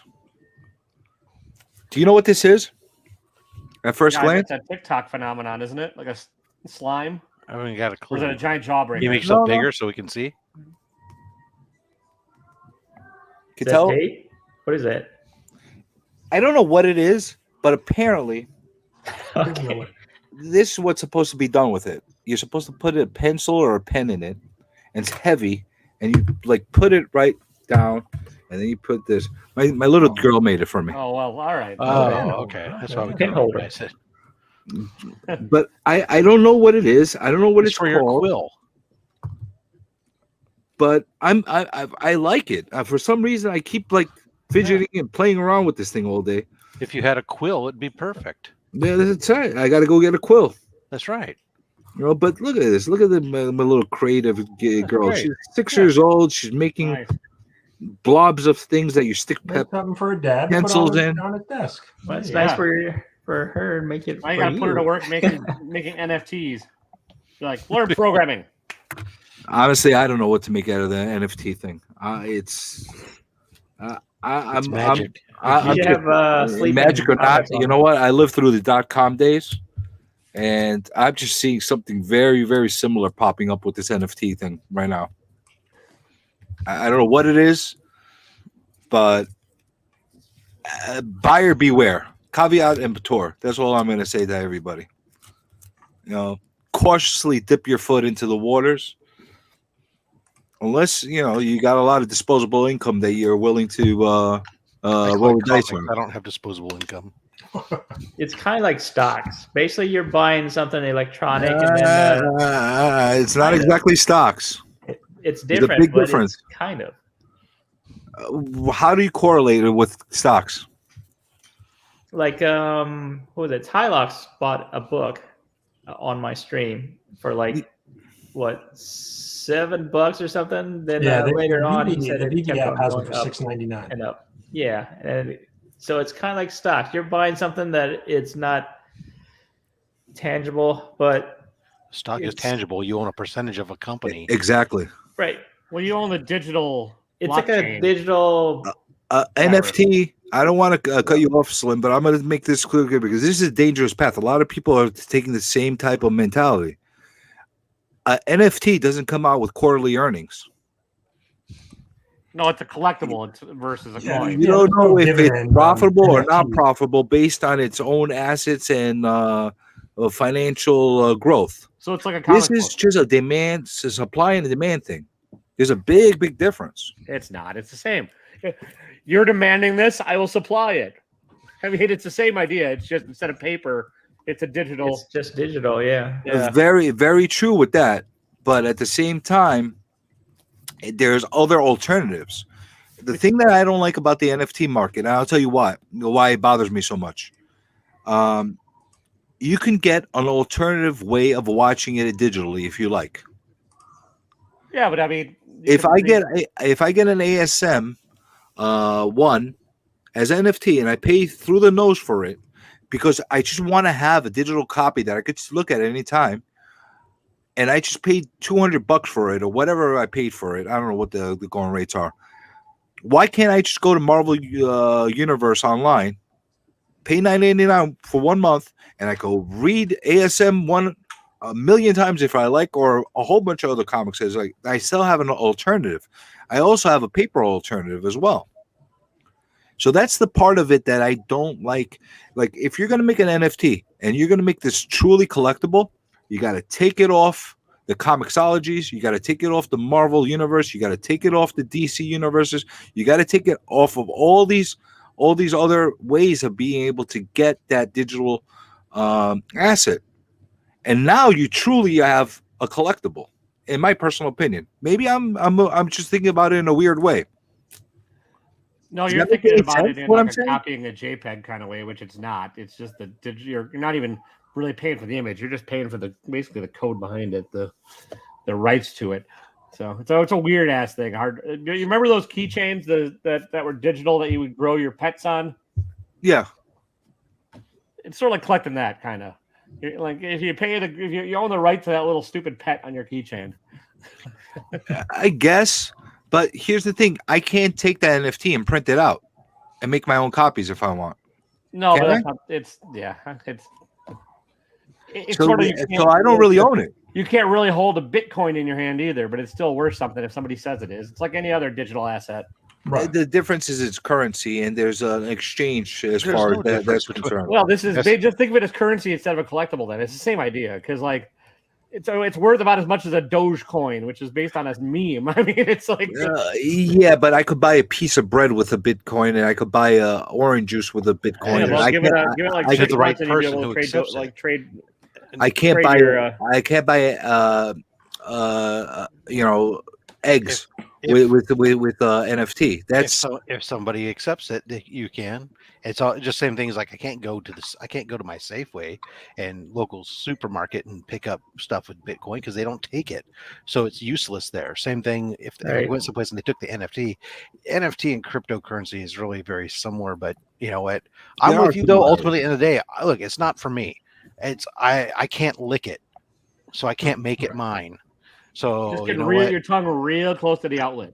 Yeah, I mean, it's like, you know, it's really difficult. I've had it explained to me by some people who are, really knowledgeable on it, especially as it pertains to digital art, as opposed to one-off digital arts and owning the original, just like you would own original art covers for a comic book. There was only one original art. And you can own it. Well, in the digitally created world, there's going to be a file that's the OA, and it's the digital file that's the OA. There might be copies exist, but you own the OA.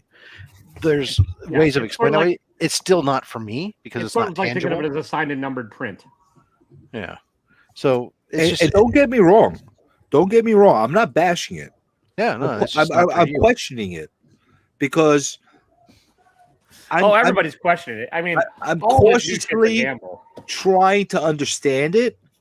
I'm not against. I'll try. I'll get a couple of NFTs just to have them, just so I say I'm not left out of the hysteria. I have an NFT of something, whatever the case is, but I won't go overboard with it. I'm not going to go and pay $1,000 for a King NFT, or whatever they're doing. That's for me personally. I can't see the sustainable value continuing. Maybe there will be a multiple from what its original cost is for some time and continue to grow like that. But I can't see like these huge spikes that we saw like day one of these things being dropped sustaining for a long term. I just have a hard time believing that. And it's only because of the fact that there's alternative ways of how to acquire that asset in a different form. I'm not saying you're not wrong to be worried, because like everything, it is very new and it is a gamble. And especially that VVAP or whatever, your money is locked in that system. Like you can turn around and sell whatever your NFT in there, but my understanding is you can't cash out yet. Yeah, they don't have the ability to cash out. Yeah, you can't cash out. And that concerns me as well. Okay, let me introduce you to my new RFT, Rob Fat Tax. Yeah, Just give me your money and you can never have it back. pretty much. It's Do I pretty close get to a that. peg of your manliness in return? That's right. You will. I'll get you a free sticker There you go. so you can lick it. Oh, well. I've actually been researching this from a lot of aspects. So it's not me just ranting and raving and like saying get off my lawn kind of thing with the NFTs. I'm actually trying to be as open-minded about it as possible. Each of us could go and create our own NFT if we want to, and depending on how popular it would be or unpopular it would be, there could be a base that goes and buys that, and you could make a lot of money doing that. I see that. I see that there's some value in that, but that would be an original type of asset that would be dedicated just to NFTs. Copies or duplicates of NFTs, I find that to be a little bit challenging as far as sustainability. I saw something that was really interesting as far as certain toy makers and model makers, or statue makers, where they had NFTs of a certain statue of like some gargoyle or some animal or whatever they made, or a hero or whatever the case is, that you could buy as an NFT. But however, with that NFT and that gargoyle image that you're getting, you'll also get blueprints or a plan that you could actually use in your 3D printer and print out that same thing. So you're one of the few people that have access to be able to print that image on a 3D printer, which I find absolutely fascinating. I think that's a great way to make it tangible. I don't know if they'll ever make that same step towards the comic book NFTs or something to give you an additional intrinsic value to the NFT, other than the fact that I have a nice little comic that rotates on a floppy disk. That's just, and I'm not just doing it to bash it and that kind of thing, but that's how I feel. Yeah, I mean the VV app gives you the ability to like display, like, so if you buy a collectible, like a statue, they have like a VR functionality where you can display it in a virtual room and you can customize it. So it has some cool features, but yeah, it's something that it's on your phone or your iPad or your desktop. It's not anything that's I'll even give you this much. Let's say you ever go into the malls and you see those stupid crystal things that they have you could go and pay to have your picture put into them, and it lights up and it's nice and pretty and it rotates if you wanted to. All right, so maybe if I have an NFT and it could be somehow inserted into one of these crystals, and now I have this crystal form of that comic, that'd be interesting. I think Taylor got frozen. Oh, there he goes. He's just being stone. I'm here. I'm just. He's I'm there. You're just being stone-faced. Everybody, Yeah. please move every couple seconds so we know you're not frozen. Yeah. Well, especially after my freezing debacle. But it's really interesting, and I think that there's going to be a lot to be said about this whole NFT solution. What do you got over there? That's a Jim Lee statue on the VV app that you could buy. You could own digitally for $79.99. Nope. Thanks. Seriously? Wow. Okay. And did you buy it? No, I don't. No, it looks I like you bought- already have it. So there you go. Well, no, well, yeah. I mean, I'm just looking. I'm browsing what's available, but Oh, that's available to buy. Okay. yeah. That's Well, like actually, this is sold out now, so I don't know how many they had. Oh, But they were selling okay. it for But you still can see it. $79. So what? Yeah. Rob, you just hit it right on the head. Okay, you don't own it, but at any given time, you can go and see at the store how it looks, and You can see this too, but you don't own it, bitches. I can do that with Amazon. I can just go look some stuff up on Amazon. I don't own it. But again, you can't take that Jim Lee statue and pay something for it unless you have somebody that's willing to take it, and there's not a big market for that. Welcome Maybe to down all the line currency. there is. so there were 7,500 of those statues available, and they sold them all out. And now there's 229 Dude, this is on a the secondary brilliant market. money-making scheme. Whoever came up with this. So I create up a digital file. I make it a limited thing. I don't have to print, manufacture, pay for shipping, anything, Right. and I sell people for $80 a pop a virtual statue. So That is it's sold- awesome. Well, the Oh my blockchain God. code, Capitalism the blockchain is code attached to that brilliant. does take a lot of energy. Like to build an NFT, like it uses technically more than like the electric output of Argentina. It's nuts. It's ridiculous and horrible for the planet. It's worse for the planet to have a digital asset than a real printed one, which is bizarre. But it's way. Welcome to somebody's 2021. making money off of it. So Now that's the way to the blow Joker your mind. statue's reselling right now for $300, $299. wow. And then I And got money you high. can't get out of there. Then I got high. Right. Then I got high. Yeah. All right, guys. I'm gonna get off of here. Thanks for having me. Have a good night. I'm gonna go. Bye, Taylor. Hi, Taylor. Yeah, I gotta we drop made off too. Taylor's I gotta- brain I blow gotta up get with it this whole together NFT tomorrow. talk. Taylor's I gonna go. did. Taylor's got to go do some more lettering analysis for me. Exactly. Yeah. Taylor, we got to talk about Kool-Aid Man. Hit me up, man. I'm good. Just shoot me on eBay or on Instagram. We'll talk. So, We'll talk. all right, man. Have a good one. See ya. Thanks. Is everybody still there? I see everybody's image is frozen. Nope, we're No, here. you're frozen. Still here. We're good. Yeah, you're I'm frozen. Yeah, you look. Oh, there frozen. you go. Oh, Okay. Yep. There you go. I'm here. Magic. Like Matt. Yeah, I was about to say that. Or like how you go to the casino. There you go. Yeah, palms up, sleeves rolled part way up. Perfect. What's the deal with that? Why do you do that? It They show pisses you me not off. palming any. You're not palming any cards. You know, I'm sitting there playing whatever the case is, and then Yeah, they're showing you their hands are empty. They haven't palmed any Right. cards. why can't they just do this? The same way their sleeves are rolled up like yours are part way, so you can see and clear. It's not so much for you as it is for the camera, Camera. for the security guys that are watching their own people for being cheats as well as the guests.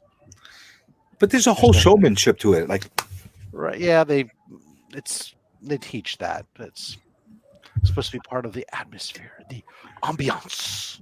well, if you're losing, it pisses you off every time you see it. You gotta if I'm not pissing my money away down the drain, then I'm not losing.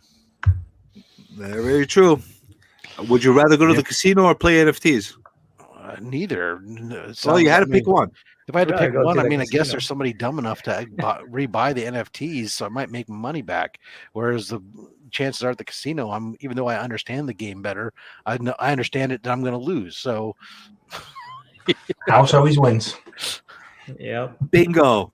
And the house always wins with the NFT creators too. now, unless So I get to remember go to the that. casino, if anything's open, then I might go to the casino simply just because I'll go. I'm that guy who will either go to Keno and go sit there for hours playing very little money and taking my free drinks, or I'll go find the Jacks or Better poker machine and just tread water on $20 for 3 hours, racking up a ton of credits and free lunch and dinner credits. Honestly, I could go to the craps table and take $100 and literally stay with $100 for like, if I really wanted, for like 4 or 5 hours. I'm up, I'm down, I'm up, I'm out, and you never really lose unless you get somebody that comes out of nowhere that just goes on an insane roll, and then you win a lot of stuff and it's fun. Well, it's the same thing with the video. If you find a video poker machine that'll pay out on Jacks or Better, which in the casino there's very few of those in Vegas that will pay on Jacks or Better, but you essentially are getting your money back. So if you play and you play conservatively on it, You can sit there on $20. I've gone 3 or 4 hours, and you get a player's card. And every single time you're hitting that deal, you're getting credits for Yeah, putting money racking in. up And it's free their own meals. money, Yep. and you end up with multiple free meals very easily, very quick. And but all you're doing is just staring at a screen for hours. But then again, here we are. This is true.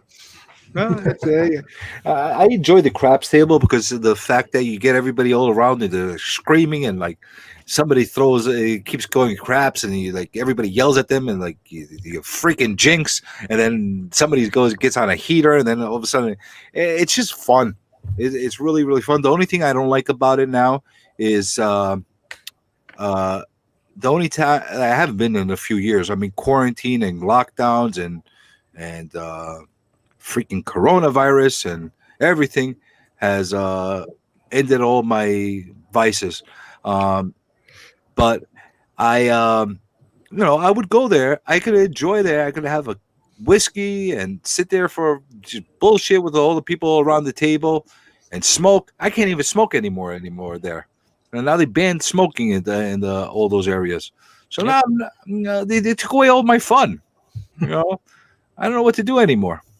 Yeah, so pretty much sounds like what I do when I go on the cruise ships. I end up going up to the piano bars or something and grabbing some bourbon and sitting down and just listen to them, hang out in the lounge and listen to the guys come on and sing and play the piano and have a good time. Yeah, I mean the simple things. That's right. what. That's when I'm on a cruise, I forget, I lose track of where I am or anything else, and all semblance of speed of time, and it just I don't worry about having nothing to do. It's nice. What do you guys miss vacation more journey. than anything else? Since like all the lockdowns and quarantines and all this stuff, what is the one thing that you're dying to do that you haven't been able to do ever since like the little bit of lifting has been happening here and there?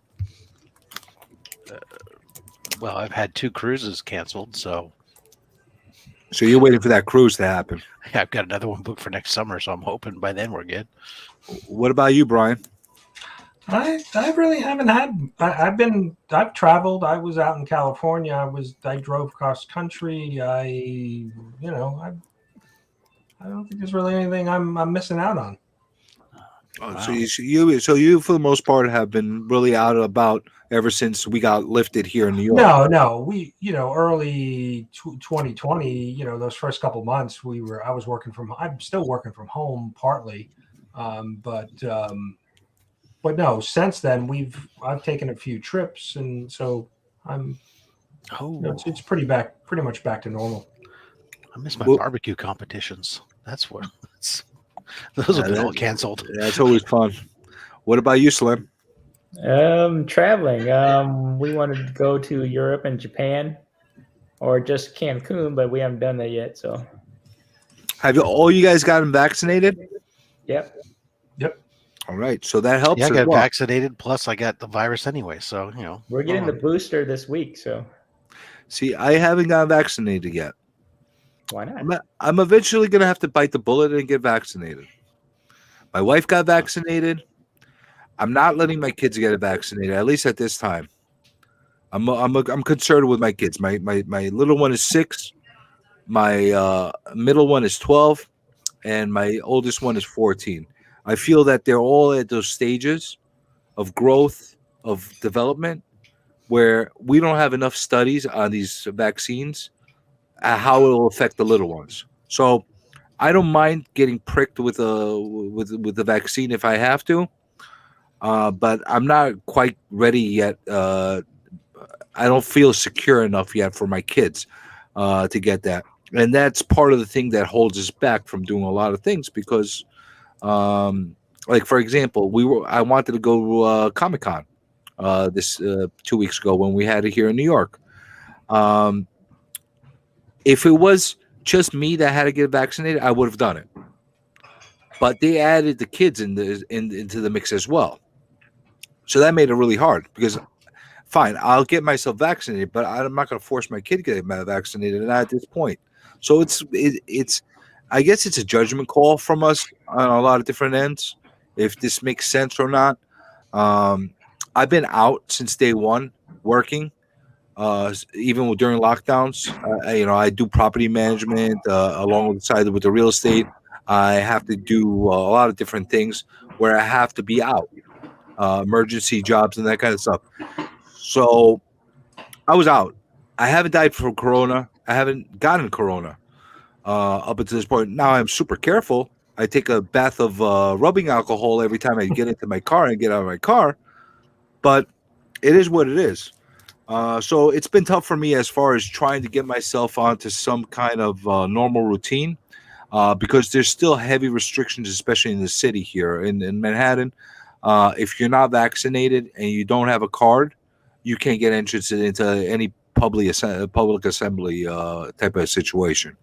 So we'll see. Like I said, for myself, I'll eventually get it. But until we see what happens with the kids, or at least there's a little bit more time that passes just to see what negative or positive effects happen from the vaccine on the kids, I'm going to wait it out. That makes sense. You guys have any little ones? My little ones are 20 and 17, so they're Yeah, both, my youngest is 19. So. they're both fully vaccinated, especially my oldest who's at university, and But they got past puberty and the hormones and all that stuff. Yeah, I don't know. That's what I'm concerned with. Mine are done, and like I said, I was the only one in the house that got the Johnson & Johnson, and I ended up getting COVID the one time I went to a event with a bunch of people.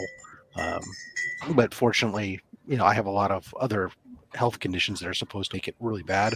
So, and I managed the COVID was just like a chest cold when I had it. So hopefully that meant the vaccine did the right thing, what it was supposed to do, which was make it easier to get past it. And so now I'm just I'm probably going to go get the recommended booster here in the next couple weeks before, so that way I can get it settled in before I go out the C2E2. Well, knock on wood. I hope everything goes smoothly with the booster, and you don't catch it again. Yeah, well, from what I've heard, supposedly, especially they said I was reading one thing where one of the studies suggested that if you had the natural immunity plus the boost plus the vaccine, that you had really, really high level of protection against future infections. But having said that, I also know two friends of mine who, of course, they didn't. They had I don't know if they were if they had gotten their vaccine when they first got COVID, but they had COVID twice, each of them. Wow. Yeah, I've heard a lot of cases of that where people got it multiple times. Yeah, they get different variants. That's the joy, right? Yeah. It's just like you catch the flu one year and then you catch another strain of the flu the next year. Right. Yeah, but I think that's the goal, right? The vaccine is really to help minimize, if you do get it, then to minimize the effects of it, right? That's what they're telling us. But everybody's system is a little different. Oh yeah, everybody has a different immune system. That's why they want you to have the booster also. So the booster is supposed to help you minimize the effects of the COVID. I mean, I have two boys. They're 11 and 9, and my wife and I, we decided that we don't want them to get vaccinated. We just want them to wear the mask because we don't know the effects of what it can happen to the kids. So we're just going to hold off on it. So that's exactly how I feel as well. Right, we're just being cautious, and we're just having them wear their mask. So out of curiosity, not judgmental, just out of curiosity, at what point, what level of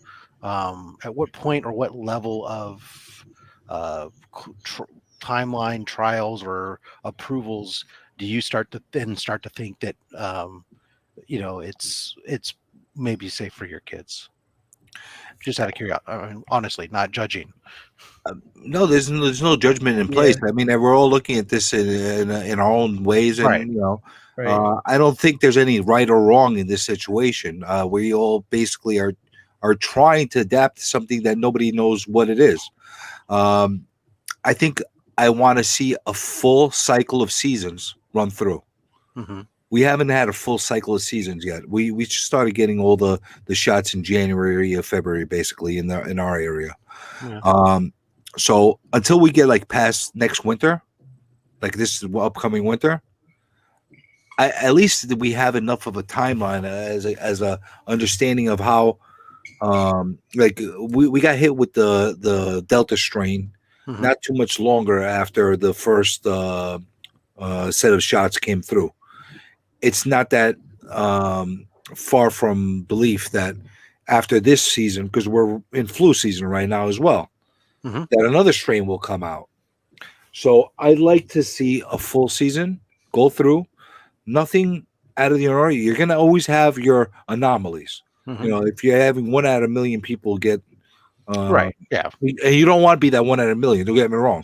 Right. But Nobody wants to be, but fractional percentages are nothing's 100%. Right. but there's not enough. And the other thing is, there's not enough of a study on kids. Right. Okay. You know, I really don't want my kids to be the guinea pigs. Like I said, you want to use me as the guinea pig, so be it. Yeah, I was the first one to get the shot, and then my wife and 3 kids didn't get the vaccine until months later. See, but I'm the opposite. I make my old wife go get the shot. now I was like, hey, go ahead, stick me. I don't care. I'll take one for the team and see what happens. But Yeah, I think I had mine first too because of my pre-existing. My other wife got it conditions. first before I got it. So the second shot, she felt really, really ill. She was like sleeping all day. That was the worst. Then after that, she was fine. yeah, second one, I had a headache, but I get migraines, so I wasn't sure if it was my typical migraine or if it was related to the shot. But and then all 3 of my kids have it. They're older. My youngest is 19, so they all wanted the shot because they wanted to kind of get back to being able to go, Right. go to places and things like that. So I had both shots. I felt fine.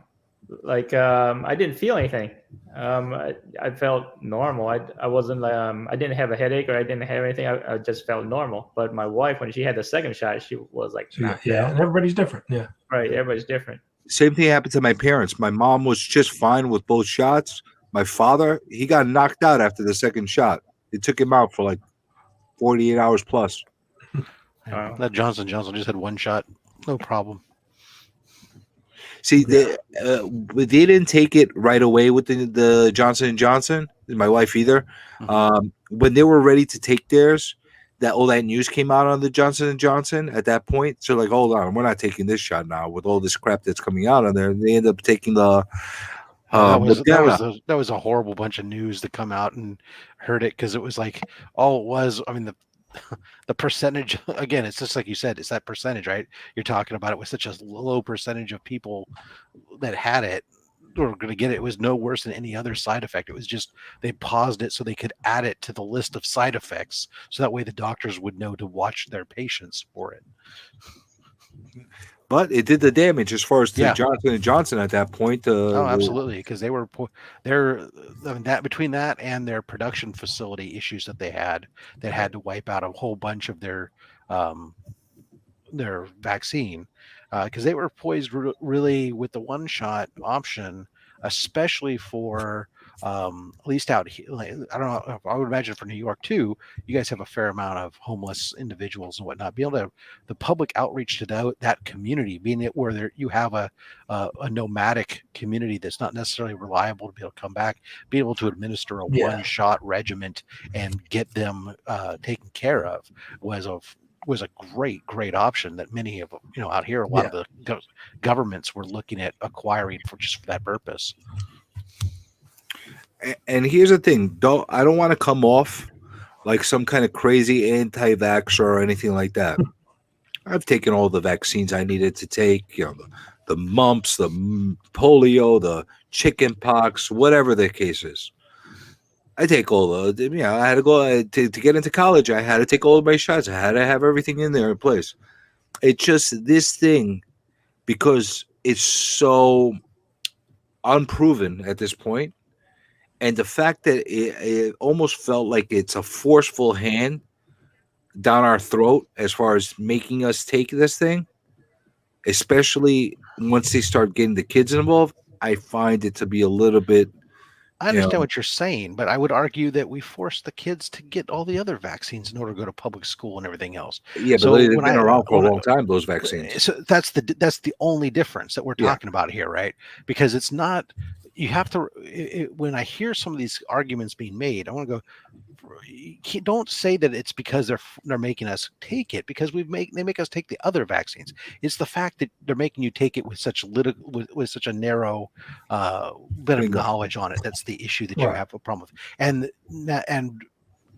And even though the FDA now has approved it, people, because of the way that the media is, all this stuff, nobody wants to trust anybody anymore. Everybody assumes somebody has an agenda. Therefore, even though we used to trust the FDA on all these other vaccines, now we're not going to trust them today because we've planted the seeds of doubt so well throughout everything that's going on here that we won't believe anything or trust anyone. So we just wait and see. And that's, Well, I wonder if that was the case, historically, like when the chickenpox vaccine came out. the chickenpox vaccine, when it came out, people were happy and ecstatic because Yeah. that was a recent within our time. Because otherwise, even as young as when we were kids, you'll probably remember, Brian, your parents would find out who had the chickenpox. They'd take you to go play that's with the true. kid I to try to Just like get you to polio. get it while you were young. No, but I'm saying in other historic vaccines, Polio would what be a was big- the it was a big atmosphere one. around that at the time? I'm sure there was. When People that- polio came out, the vaccine for polio came out, it was like people were like, they couldn't get in line fast enough for that vaccine. But it was also something that hit them for ongoing amount of years, and the But fear there was also so wasn't built up the into news everybody. cycle Like that we there is gotta today stop with social this. media and all of that stuff when these other vaccines came out. So The there wasn't a ability post to on be able, Facebook every 4 minutes. well, the ability to be able to create a vaccine in the amount of time that was done is, is the thing that, leading up to this, in the early days, everyone said, "Oh, how long it takes to develop a vaccine." Then all of a sudden, it went really fast. Now, is that because medical advances or and our technology and everything are so much better than they were 15, 20, 30 years ago? Probably has a good portion to play with that. But how is it told? How is that explained? How is it played in the media? Well, we've had such a since the Clinton administration, the political climate has gotten so us versus them and politicizing everything that nobody knows who to trust or wants or know who they should trust anymore. Yeah, it's a no, really true. sad. It's a really sad commentary on how our society is adjusting to everything that's been happening these days. People that are normally loving with each other have been very apprehensive to each other. Like everything has been a mistrust. Everything it's been a very, very challenging time. I'm gonna say that to make it as simple as possible. I don't understand why everybody has to be so toxic with each other, regardless of what side of the platform you're standing on. We always used to have the right to agree to disagree and then just move along. Well, and That seems to have gone out the window for some reason. you used to compromise in order to get things done, and now when you hear the word compromise used by our politicians, it's not to find a solution. It's that somebody's compromising their values and they're going to work with the other side. It's gotten so bad where now the two parties, which, without getting on a soapbox, is the real problem, the two parties won't even caucus together. They prevent their party members from being able to get together to even talk to each other. It's only us versus them. That's it. I mean, if they didn't act that way during the times where we were in the initial stages during 2020, we could have had so many things done at a much faster pace. And just if they only got their heads out of their asses on both sides of the It worked platform. for the best interests of the country and worked for the people who put them in office rather than work for their party pundits. They don't represent your representatives. Don't represent you. They only they come out. They tell you what they want to hear, so you get voted. And as soon as they go off, all they do is lockstep with the party instead of what their actual constituents want them to do, and that's the problem. I mean, you look at the difference between, 9/11, we came together as a country, and now 20 years later, for a short bit, yeah, and then but it was united, because right? it was political suicide to come out and say, no, I'm against defending, or avenging our fallen people, right? But it didn't take really all that long before you started having a ground swelling, as soon as it wasn't the most popular thing in the world, to start changing people's opinions and start going the other way, and then trying to find reasons to prove why it's a contrived mess and all the other stuff, right? Yeah, you go hindsight at that point, and you basically dissect any decisions that the other party did, and just turn them into Antichrist. That's both sides do it every time. It's just been amped up so much over these past 2 decades that it's ridiculous. Look at that. Man, What am I mad from 1974? One of the guys I work with decided he has this huge collection of Mad magazines, and he's decided it's his mission in life to find everybody a copy from their birth month and year. And so that's cool. So he was sending it out. I'm like, okay, well, that's a pretty cool thing to do. Right. Yeah. Well, cool. Hey, and I'll put it in a proper magazine bag and board, and I don't know what I'll ever do with it, but hey. Well, did you read it? I just opened it out of the package just now. Literally. Hey, did that nice gesture for you. You got to read it. Maybe.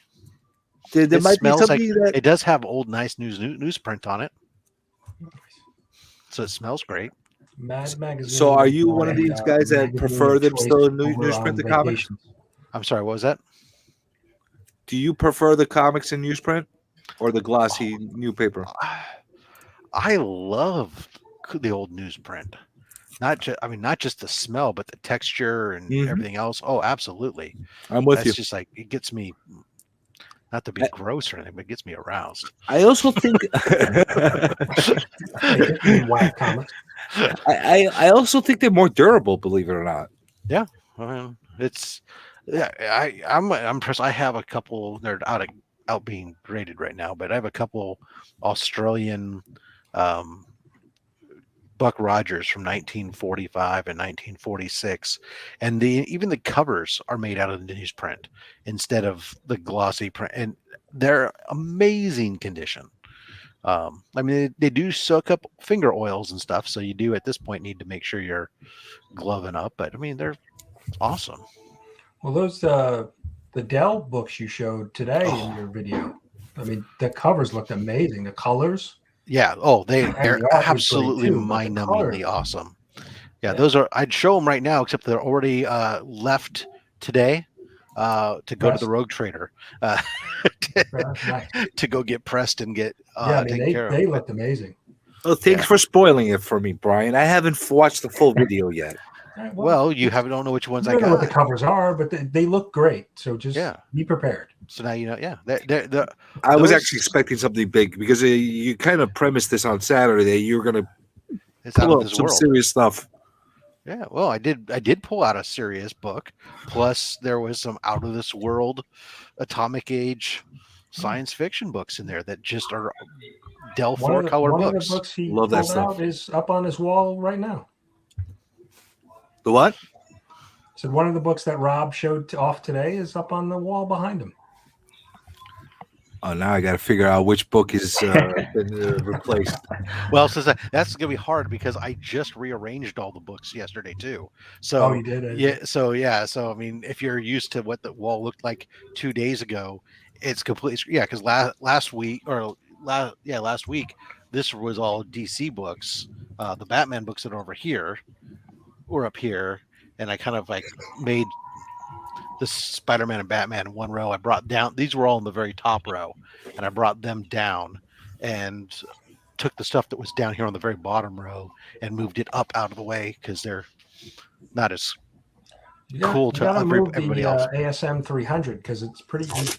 Yeah, the ASM 300 is behind my head now, unfortunately, but that's chronological order. Oh, okay. That's the problem I have, right? It's because you got 744, 300, and 361. I mean, but I can't do more than 4. But that's the same problem. Whatever I have behind my chair gets blocked. I mean, but it is what it is. Does your OCD kind of kick in as far as the way you order them on the wall? Chronological. Yeah, they're all like in chronological order, left to right, with the exception. Actually, I take that back. That's not true. The Shazam issue 28 and the Invaders 1 technically should flip flop to be in chronological order, but that would mean I'd have the 2 Shazam books separated by another book, and I haven't decided yet which way I like it better. You got to keep the Shazams together. You can't. That's kind of what I thought, so I was willing to let that makes them sense. slip. Especially the fact that you have a majority of, I think the majority up there, from what I could see, because I'm going blind, is Marvel on there, right? Well, this is this one here is Mostly Marvel, I think. Well, there's Marvel, but then from here over the rest of the way is DC. This bottom row is Marvel for 4 or for 5 of them, 2 DC. This is neither. This is Harvey, DC, Marvel, DC, Marvel. Well, it's a good split, I guess. I mean, it is a little bit more Marvel than DC, but not it's a good split. Yeah, good mix. All great books, Rob. Yeah. And it's like when I great go up, books. it's about mix, but it'll change up again soon. Once my Golden Age books, I have so many Golden Age books that are in grading that I'm just waiting on. That when they start coming and I can start bringing in my Buck Rogers books and my Flash Gordon books. Rob, do you slab everything? No, God, no. I have way too many books. I have over like 7,000 books. I couldn't possibly slab all this shit. I was just curious. Yeah, no. What I do right now, so I definitely slab keys, big keys. The older books, I tend to slab more of them, even if they're not a key, just because I like to preserve them. Most of the Golden Age books I've bought, or pretty much all the Golden Age books have been slabbed, but there's only a couple that I haven't, because I bought them for the artwork, and I don't need to read them. I want to preserve them. They're books that are 70, 80 years old. My Platinum Age book, I'm sorry. I'm just afraid it's just going to fall apart. Bye. There you go again. So I'll slab those. My ASM 1 through 100s, I'm slabbing. My first 100s. 100. So far, Rob, how many books are slabbed in your collection? I will tell you, because I did have that number at one point, but then I did sell some, and do you have it all categorized in the computer or something? Or? Yeah. I have a CZ app and whatnot, and they're in storage bins, so I can. Let's see. You know where they are. Raw versus slabbed books, all books. So right now I'm down to 457 slabbed books. Oh, wow. So I was at one point at about 550. So I've dropped down about 100 books. You got to watch out though, right? Because I did do like 2 per mystery box not too long ago.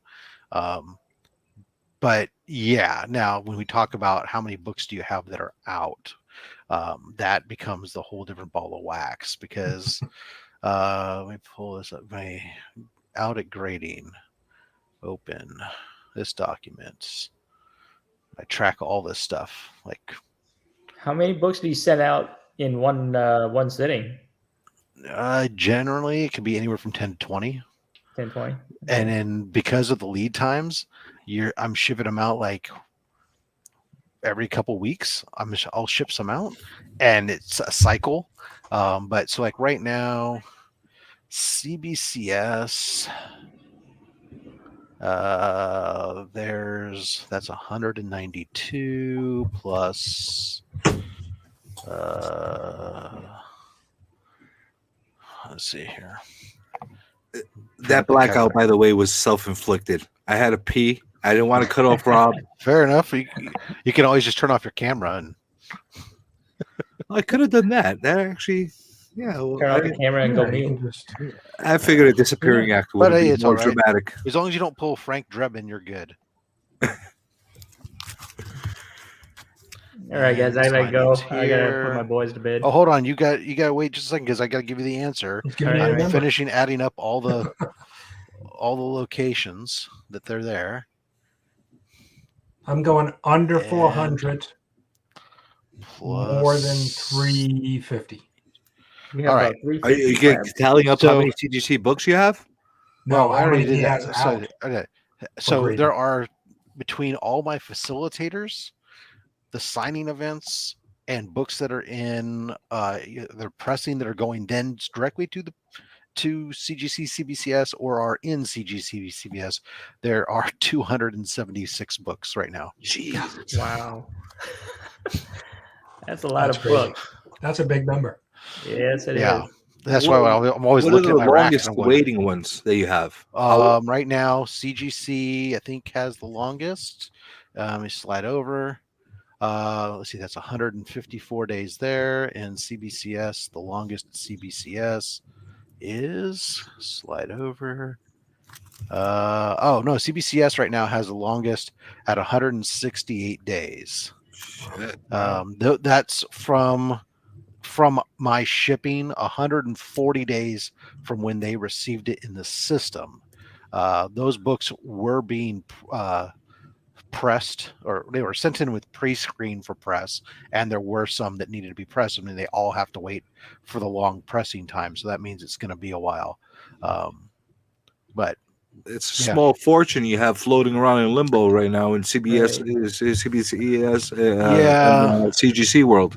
yeah, CBCS, of course, they bill you right then and there, or half the time as soon as they get in there. The thing that kills me is like I had 3 different shipments, like 60 something books over 3 different months that I'd sent to my presser, and he got backed up and he wasn't doing them, and all of a sudden he did them all at once, and he sent 3 months worth to CBCS in one shipment. So now all of a sudden when that hits, I'm going to have like 90 books hit my credit card all at once, Oh, yeah, which that's is going going to be a big Oh, bill. wow. That's rough. yeah, to get that's hit one like of those that days. at the same time, that gets rough. My luck, it'll happen right at Christmas time too. But Are you that's still on the old membership plan? on CGC? I am. I have canceled my auto renew, so as soon as it expires, I'm done. I haven't sent anything to CGC outside of their signature event stuff, which you don't need to have a membership other than the freebie. I haven't sent anything to CGC since August. And the last thing I sent them was just 2 magazine size books because CBCS doesn't do them. Otherwise, comic book wise, I haven't sent them anything since May when they announced the price hikes. But those 5%, that extra 5%, you're still being able to benefit from. That's at least going to help you with all the books you have over there still. Well, but see, I have a membership over at CBCS now, and I use them. And CBCS, it's already cheaper to begin with. Plus, I get the member rate, which is cheaper. So it's like for a modern book, it's $16 versus 22 over at CGC. Right. When you start doing that many books, $4 a book, that Huge adds difference. that Yeah, adds up, yeah. right? And that not counting then the other things. And when you start going up scale and you start talking about beyond just the moderns, the time and cost difference actually scope gets broader between CGC and CBCS. And CBCS's ability now for me to be able to send books in, like when I send my modern books in now for CBCS, they're all done pre-screen for a grade. If it's not going to be a 9.6 or a 9.8, sometimes if it's not going to be a 9.8, I don't want just send it back to me. I'll pay the $5. I'll be done because it's not worth having it graded. And I can do that with CBCS, whereas CGC, I had to send 25 books or whatever it is, and they all have to be set at the same grade. CBCS, I can send 15 books in, tell it these ones 9.8, these ones can go down to a 9.2. Oh, these 2 books here to this, and it's all good. I thought under the new price changes that they did that you weren't restricted to having to do the 25 at a time. Am I incorrect about that? Pre-screen, I think is still I think it 25. still is, but what they did is I think they raised there was something that I think they raised the reject fee or something. I on know it. that they raised it from $5 to $8, I think, Mhm. right? Yeah. But I was under the impression that they took away the minimum of 25 books. But maybe I'm wrong. I haven't sent any books myself yet to CGC as full submittal. I've only sent a couple right now through my LCS as a trial right now, Mhm. just to see how that works out. That's the best Before way to start. I highly recommend that. So I wanted to see how that works out and that kind of thing. But I got serious books I want to It does right now. CGC's website still says grade pre-screen. Also select a grading tier 25 book minimum. 25 books. So that information I got was incorrect. Well, either that or their website's wrong, but I tend to go by their website. Because I've been calling them up Mhm. With a lot of questions. Mm-hmm. And I will say this much about CGC: I will not. I'm not happy about the way they operate and do their business on a lot of different scales. But I will say this much: when you get them on the phone, Mhm. they are very Yeah, helpful. they're helpful.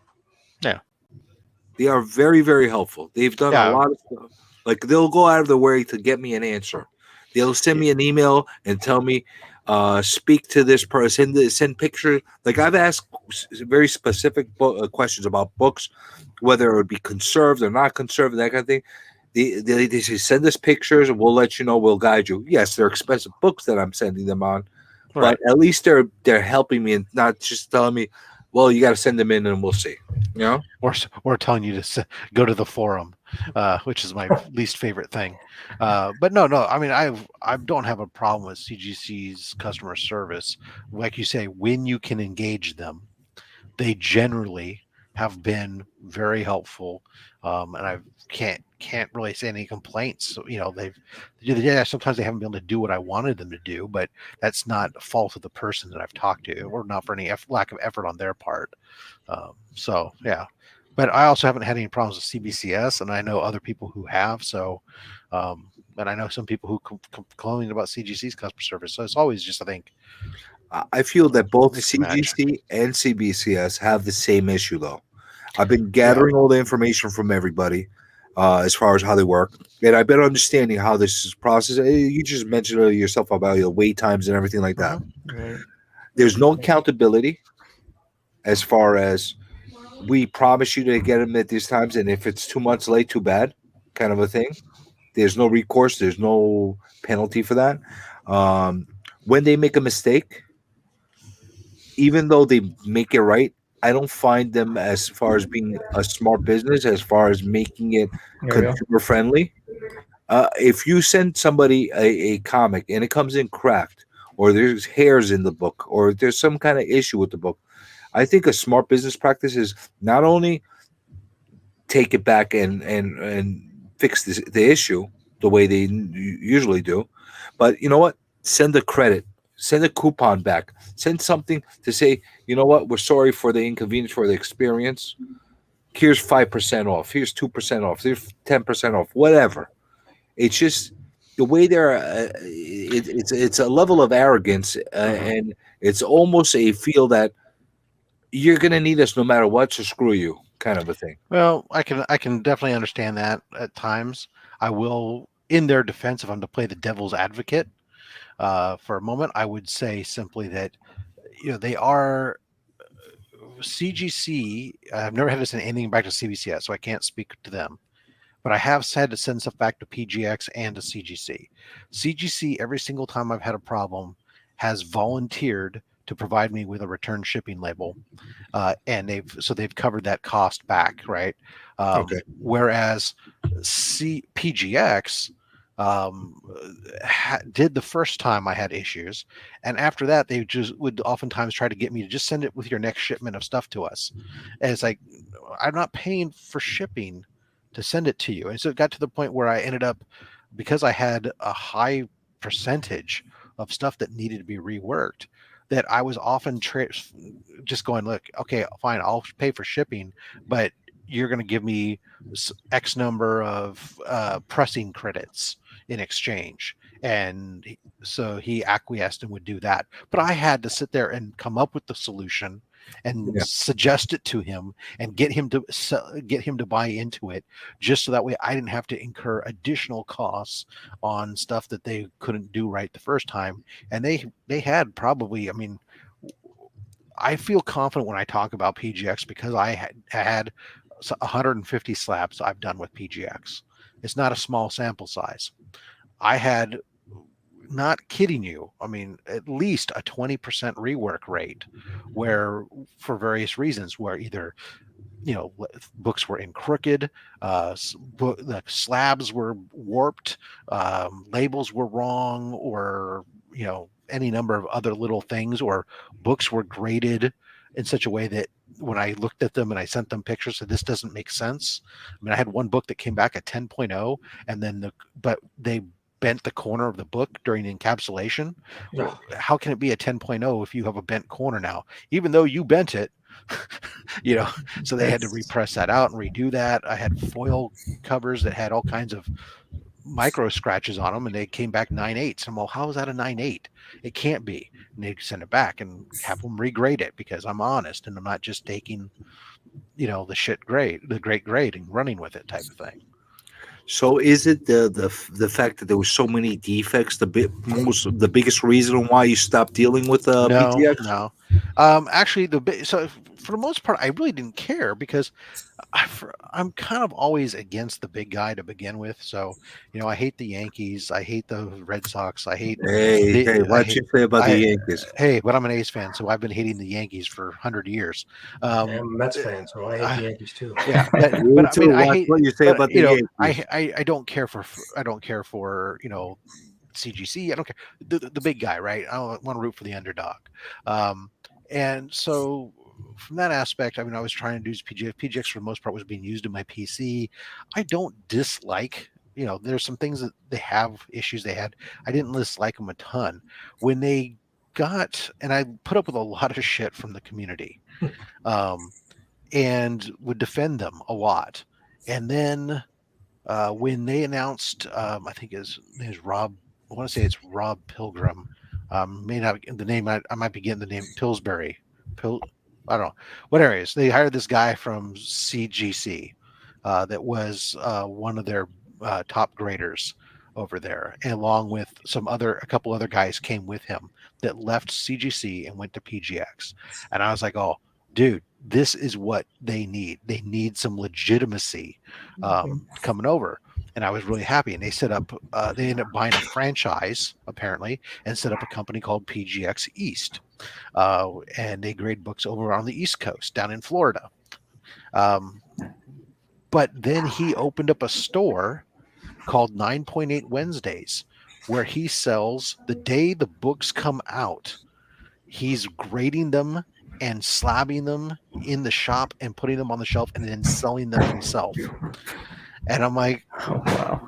Dude, that is that's a conflict of interest. That's exactly. If I ever heard of a conflict of interest, there's definitely something going on. Right. So once he did that, it's like, look, and I've talked to him a couple times because he saw.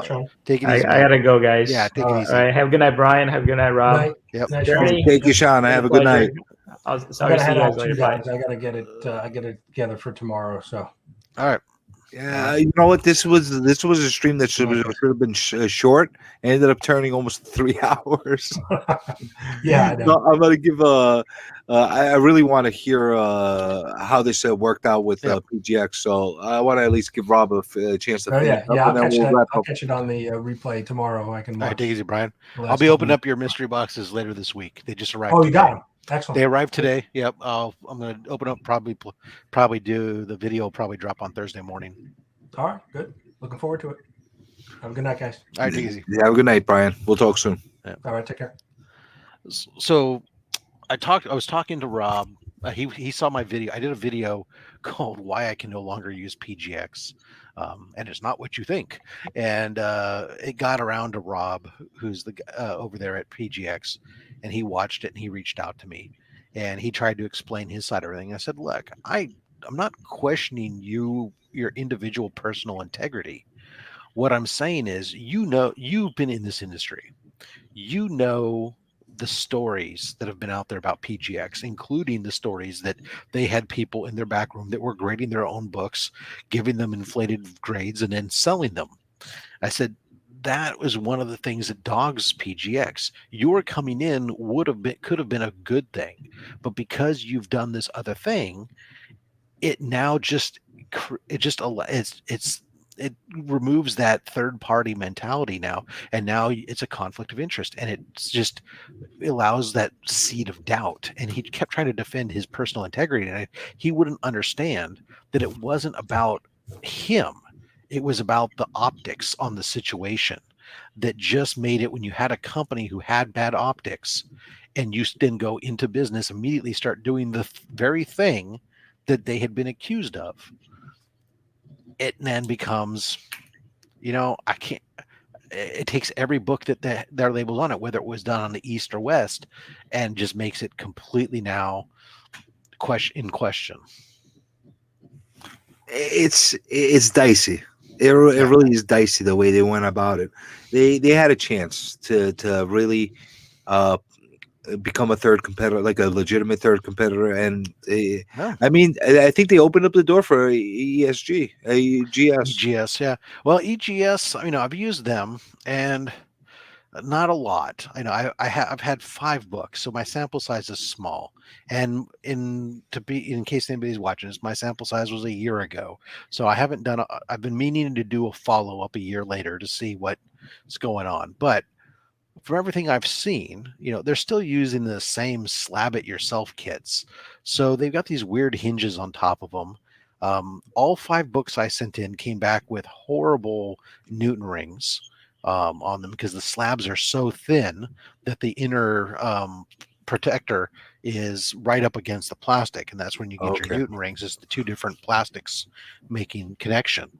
So every single one of the 5 books I sent in there had really bad Newton rings. I did like the certificates that came with them that listed your grader's notes. Even on the 9.8 had grader's notes.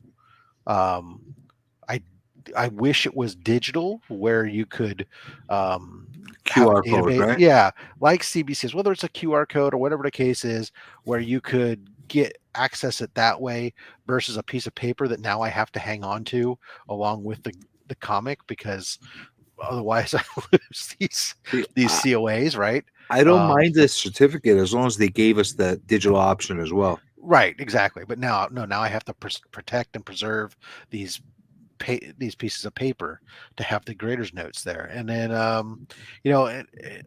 look, I know some people, I think it's a lot of fun for people who are doing their own books and want to have custom labels that really, leopard print label to go with my first appearance of Cheetara. Okay, great.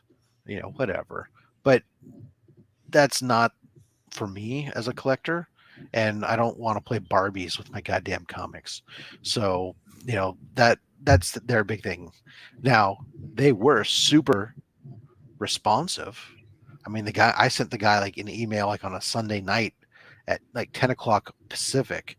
And so he's in Florida, and I had an email within an hour back replying and stuff. But he's a one-man shop. You talk about Tony? Yeah. Yeah, he's great. I've had full conversations with him. Hey, he's a great guy. His product just right now, as it stands, isn't for me. I don't question his grading. I think his grading was very good, but the rest of the product isn't up to the quality that I want for my books, my slabs. And I could definitely understand your aspect as far as playing Barbies with your comics. Mm-hmm. If I had this in a 9.8, I would not be sending it in to play Barbies with it and put a custom label like that on top of it. I want a universal blue label that has 9.8. This is now, as far as I'm concerned, an investment grade book. Yeah. it's going. The That's it. Any collector who looks at it down the road knows what it is. No, without even having to look at it, you see blue label, you know what it is. Why would I want to put? God forbid if I put a green label on my freaking book because it's a Green Lantern book, and then somebody just looks at, oh, it's a green label. Forget that, run away. Yeah. I do find some value though in the custom vanity books. Like, let's say you're a self-publisher Yes. and you want to Yes. sign your own books. You work out a deal with them. They're coming straight from me. I want my custom logo to be right onto the 100% the agree. thing. I think that's a wonderful thing that they do for that. Yes. For me personally, I'm going to start putting together sketch covers for people, Mhm. and I'm going to put a custom insignia right onto the label. That gives me an opportunity to be able to do a custom sketch cover. It's certified. It's authenticated by them. Yep. It's coming straight from me, so there's no dispute that there's real, and it'll have a little custom brand that's right on there. I like that. Fully agree that when it comes to like micro printings, one-off pieces, there, that ability to do all that, I totally get it, and I can see it, and I think that definitely serves a niche market. Like I said, it's just not I serving think my that's niche, right? that's their opening though. Yeah. Well, absolutely. And just like I think that I'm surprised that they both them and CGC or not CGC, CVCS both offer raw grading. Where you can send a book in and have it graded for $5. Mhm. It gets sealed in a Mylar with a tamper resistant thing and a COA and everything else, and gets a grade assigned to it as it is that moment. I'm really surprised that given the comic book market right now, with some of these big dollar books that are moving raw. I mean, raw books are selling at slab price all the time. You mentioned it yourself on eBay. It's just ridiculous, right? I'm really surprised that you haven't seen. I haven't seen any, but some of these raw grades are going, because I would think that it's only $5 to get a raw grade on a book. If I want to if I'm moving, let's say this ASM 300 was raw. If I want to turn around and sell it, and I'm saying, oh, it's a near mint book, so I want $1,500 for it. Well, I can put some pictures on there, but you don't really know from looking at pictures on there. You can get hosed really easy. But so maybe it only sells for 600 or 500. But if I had it raw graded by a third party that was trusted, and it's still sealed and stuff, at least you have that much more faith. It's that one grids level it. under getting it slabbed. Exactly. And it still allows the person who likes to keep their books raw to be able to get the book without having to rely on, oh, now I have to crack this damn thing open and blah, blah, blah, blah. I'm just surprised I don't see more. I think that that's a great opportunity that both, and I called it out in my review when I reviewed EGS way back when. I thought it was a great way for them to potentially They don't start push to it. expand their footprint. Nobody does. And I think personally for them, from their aspect, from a business model, the profit margins are much better doing that Yeah, no, because they don't have to pay for that damn slab. Your only material is the Mylar and a sticker. I think that's a much more productive way for them to be able to at least get some serious equity coming into the liquidity coming into the company from sales and the margins being higher. I just really believe that them should be a way. But then again, you're going to have the naysayers basically saying that it's tamper proof and that kind of thing, which Nothing's like tamper anything. proof. I mean, that's that we know for a fact. There's nothing's tamper proof. There's all kinds of examples out there. It's not tamper proof. That's what I meant. Yeah, I mean, even the slabs aren't tamper proof. So, although EGS has done as I recall, they did a pretty decent job of making it where it was getting into it without hiding, and being able to hide it again was going to be pretty damn hard. But I'll tell you another nice little element to like a little micro market to the slabbing industry. Mm-hmm. Do you ever slab reprints or facsimiles? I haven't yet. Okay. But I will admit that there are a couple in my collection, because I have been picking up a lot of facsimiles over the last several years, that the prices on the resale market on some of them is so ridiculous Mhm. that it's made me consider getting them slabbed just to either flip them or whatever else because I paid so little for them. You know, I was like, I think I saw it was like X-Men 1 Yeah, that's a good and one. you know, and Hulk Hulk 181. 181 and Fantastic Four 1. Some of those reprints, you're talking about 150 plus dollars that they're fetching in a 9.8 fair market value, and even the stupid Dollar Comics The True Harley Believers. Quinn. Well, no, I'm sorry, from DC. Oh They yeah. had their dollar. They did a Batman Adventures 12 in a Dollar Comics, so it literally cost you $1. That book in a 9.8 is and it was only 2 years ago, if that. And that book in a 9.8 is going for like 125, $130. You know which other one's creeping up? The one that's the first appearance of Poison Ivy, the Batman. Yeah. What issue is that? Because the Batman fact 171. 171. So the fact that there's so many. Oh, I'm sorry, 181. Was It's it 181? it's the same as Hulk. Hulk Yeah. 181 is First Prince Wolverine. Batman 181 is Poison Ivy. 171 is the first Silver Age appearance of the Riddler. Okay, I'm horrible with Batman keys. I only know those because those are books that I recently picked up a Batman 181, and I've been looking for a Batman 171. Great book to get though. Really Yeah, great book. unfortunately, the Batman 171 prices are ballistic right now because of the movie. And so I need to hope that this Batman movie flops and everybody liquidates it because it's just ridiculous. Well, that's part of the reason on why I picked this thing up. Mhm. And in my personal opinion, I feel like I overpaid a little bit for it. And why I picked these things up. These I got a great deal on, so there was a no-brainer. But No, isn't I'm not a big Conan guy, but isn't the one underneath there? Is that the first Red Sonja or this is the first full appearance of Red Sonja, okay? number 23. There's about 20 panels of Red Sonja in here, named, see her, everything. And then this is the first cover appearance along with full comic of Red Sonja in there. See, I've watched Gary B a couple times. I know. That's all you need. You got Gary B as the resource. That's right. Otherwise, I would have had no idea. But I've seen those a couple times and remember hearing him talk about them. So that's why I'm like, oh, okay, it must be the.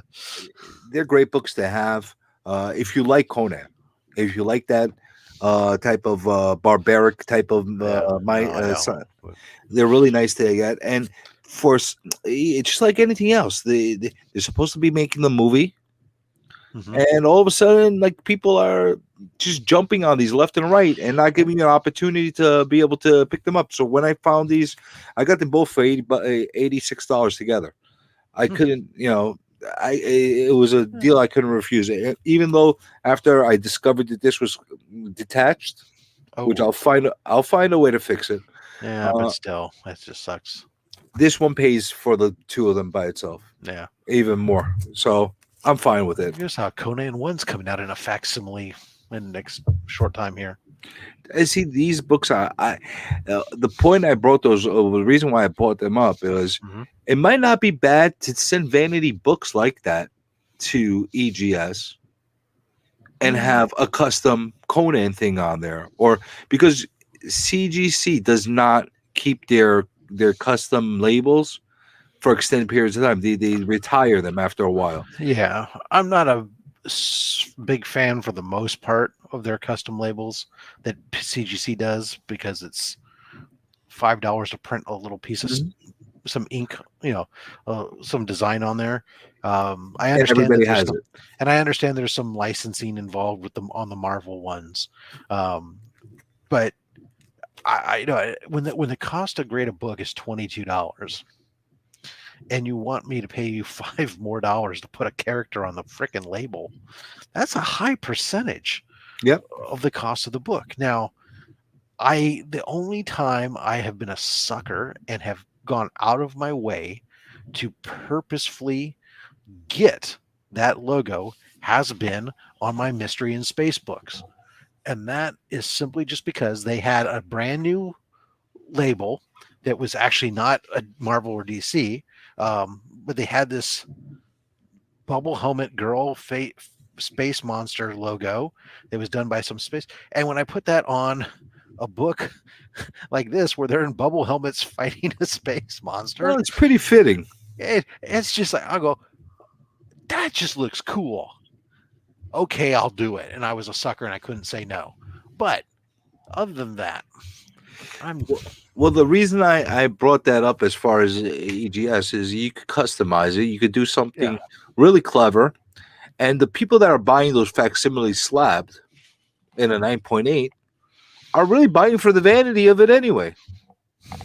well, sometimes you're buying for the vanity, but sometimes I'm buying, be honest with you, when I first started buying facsimiles, it was because they were books that I was never going to be able to own, I thought. Mhm. Like my first appearance of the Justice League, Brave and the Bold 28. I'm never going to own well, I say that. I do own a Brave and the Bold 29 now. So maybe someday I'll own a Brave and the Bold 28. But the likelihood of me having a high grade copy or whatever else is slim and none. The facsimile allowed me to hang it. My first iteration of the wall was actually all facsimile covers that were just put in top loaders, that I had the top loaders tacked to the wall with command strips. That was the first version. And when you walked in at first, all you saw up there, you saw first appearance of Justice League, you saw Hulk 181, Hulk 180, you saw, first appearance of Batgirl, first appearance of Poison Ivy, first, all these mega keys that if that wall were real books, Fantastic Four 1, X-Men 1. You're talking about some serious money. Exactly. It looked damn cool. They were all facsimiles, but so it was kind of a thing of like, hey, yeah, they're cosmetic, but at the same time, they're also books that allows me to put it into my collection. I have a copy. It's not worth as much as the main, and it should never be. Just as I say second, third, and fourth prints should never be worth more than the first print. All these are subsequent printings. They shouldn't be worth more. Only time I ever justify a second, third, or fourth, or whatever printing being more is if there's something defective about the comic that shouldn't have been there. If there was some kind of error, perhaps I could buy that. When there's stuff like Star Wars Darth Vader number 4, or the fourth printing of Darth Vader issue 3 with Dr. Aphra, when they go, oh well, the fourth printing's worth more. It's the same cover as the first, second, third printing. It's just color shifted ink. Well, it's purple. Well, there's less of them. Of course, there's less of them. It was the subsequent printing. People weren't buying a fourth damn printing, but it's the same damn book.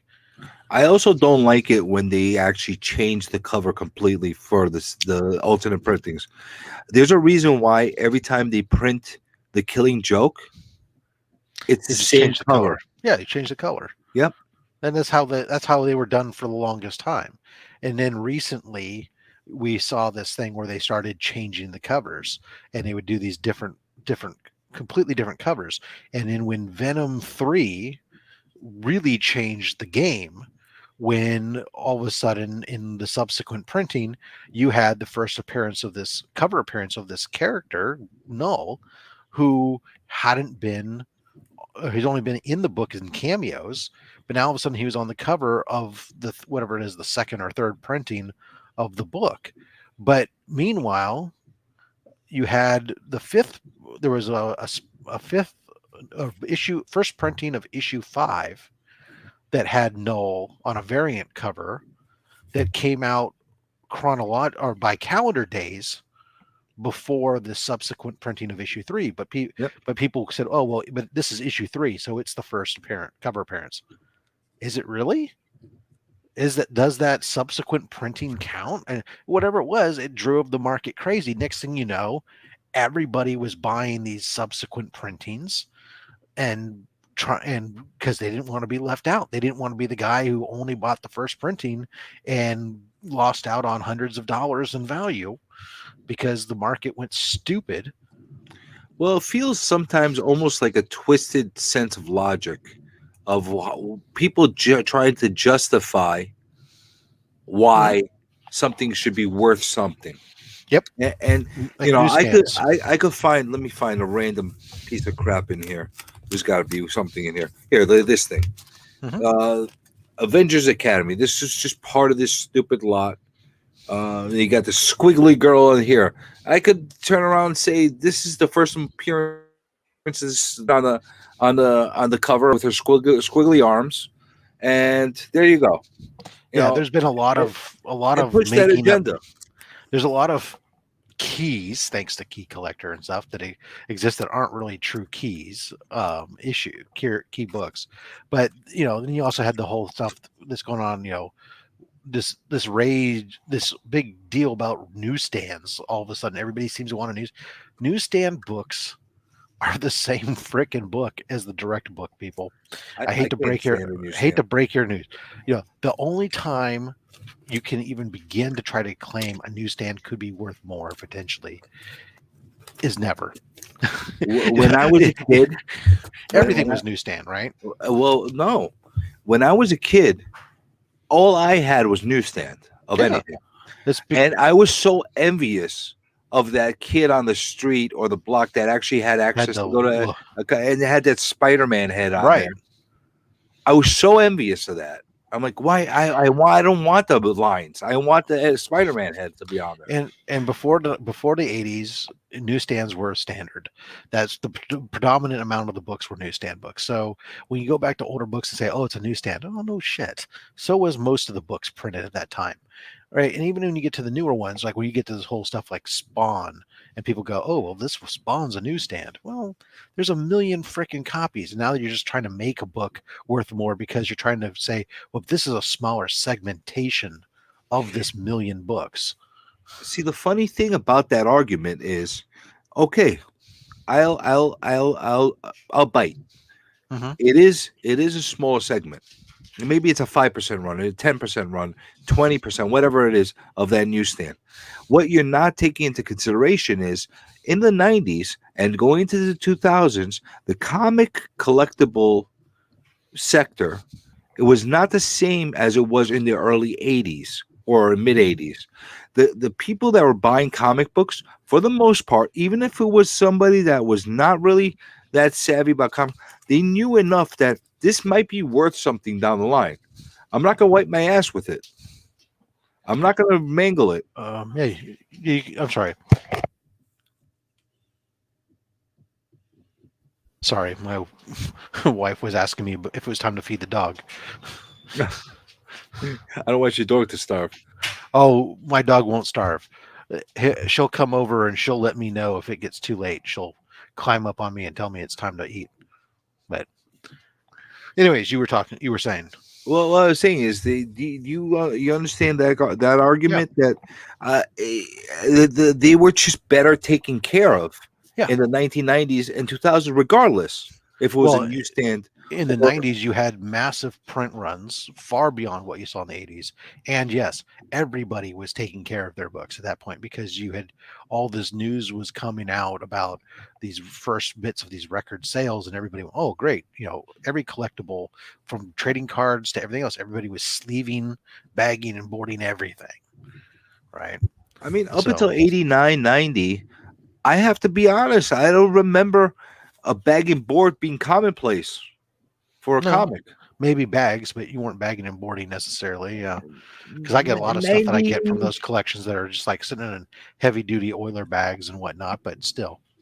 I want to say 1991, 92, that was the turn where it became more commonplace. Yeah, I agree. It really accelerated there, but I mean, it is what it is, right? People try to slice and dice whatever they can, but I mean, look, I understand if you're a true, like, I would say that if I'm just trying to fill a run, a newsstand isn't worth any more than a direct edition. If you're a guy who's trying to get everything, like, oh, I want every single pricing variant and everything else because I just want the, like this particular book. Like for me with Spider-Man 2099. That book is like one of the first books when I got into comics, because I got into comics late. It's kind of really big to me. So I have direct editions. I have newsstand editions. I have the second print edition and stuff. That's fine. I'm collecting and parsing those individual things. is the newsstand worth more than direct edition? Well, in the 90s, it was rarer when you actually are trying to look for it. And it was a foil cover. So getting stuck inside of a news rack, that foil got damaged pretty commonly. So, finding one in a 9.8, yes, that is hard to come by and probably you're going to pay extra for. But once you get past a 9.4, 9, a 9.6, when I get to an 8, that newsstand isn't worth a dime more than the frickin' direct edition of that book. I'm sorry. I agree. Yeah, I mean, you got an ASM 300 behind you. Yep. Now, did you see what the latest ASM newsstand was sold for? Oh God, no! I don't want to know. It was something in the early 20s, somewhere around there. So my thought process: if I owned a 9.8 of a newsstand, Amazing Spider-Man 300, no problem. You want to buy this for 22,000, 21,000, whatever it is? Take my money. You take it, no problem. I'll go buy a 9.8 direct with that money and a Hulk 181 that's in really nice condition with that money. And maybe I'll even have enough money to squeeze out a giant size X-Men one with that. Absolutely. You're dead on. I'd do that too so fast. It's like, where is that sucker who's going to overpay for this thing? Especially when I could pick up a direct copy for a fraction of the cost. No, that's it. Just doesn't make it. It doesn't compute to me. You have a Wolverine 1 behind you. Mm-hmm. The newsstand is going double the ratio of what the direct copy is. I have 2 newsstands and 1 direct. My direct is the one that happens to be on the wall right now. It's the only one that's a 9.8. But I have a newsstand myself of that same copy. Yeah. It's not 9.8, and unfortunately, I can't go sell it for a double ratio because I would get rid of that in a heartbeat and sell it to somebody willing to pay double what the normal copy would cost for, and I'll go get the direct copy in its place. And probably something else. Maybe I get a Submariner #1 that you have right above it with that money. Yeah, okay. Not necessarily a 9.8, but I'd get a nice copy. God, no. I was thinking this. This one's a 7.5, so the 7.5 will cost you about $1,000 right now. Yeah. But 6 months ago, it would have only cost you about $400. That's leveling off too, though. Right now, the Submariner. Everything's taking the August or the post August dip. As I've seen some books drop, as much as 50%, but there's definitely a significant dip that's coming in right now. But even with a dip on that book's just because of the beginning of the Submariner news, it finally took off because nobody really loves. I mean, it's like Aquaman, right? They used to be the redheaded stepchild of all the absolutely. #1. It's the same as Aquaman is for DC, right? Well, nobody loves the Atlanteans for some reason. Well, look at what the Iron Man and Submariner #1 goes for now. Oh, that was garbage. Nobody wanted that. Oh, that Iron Man. I know my Iron Man. I wanted it, but not a lot of people wanted it. Well, I just sold my Iron Man Submariner #1 because for that very reason, because people were willing to pay a ton for it. I mean, hell, my copy was a PGX copy, and I tell you what, for everybody who says you can't sell it and you're gonna have to take a dump, no, it went for 5% less than the highest sale on a CGC book at the time. And right time, right place, though. It was a book that, if it's a book that is in demand, a PGX book, in my experience, will sell just as well as a CGC book, especially if you price it fair. So right now, everybody's pricing CGC books beyond what the fair market value is. All of a sudden, when you put a book at fair market value, it'll sell pretty quick. But when you're not selling, if you're selling PGX books and they're not highly desirable books, you will be holding them for a lot longer, or you need to sell them at a big discount simply because there's not as many people looking at them. Actually, those are my perfect targets. Actually, my #1 buys. I look for PGX books and CBCS books that are not necessarily hot. There's nothing really pulling people to them at this moment.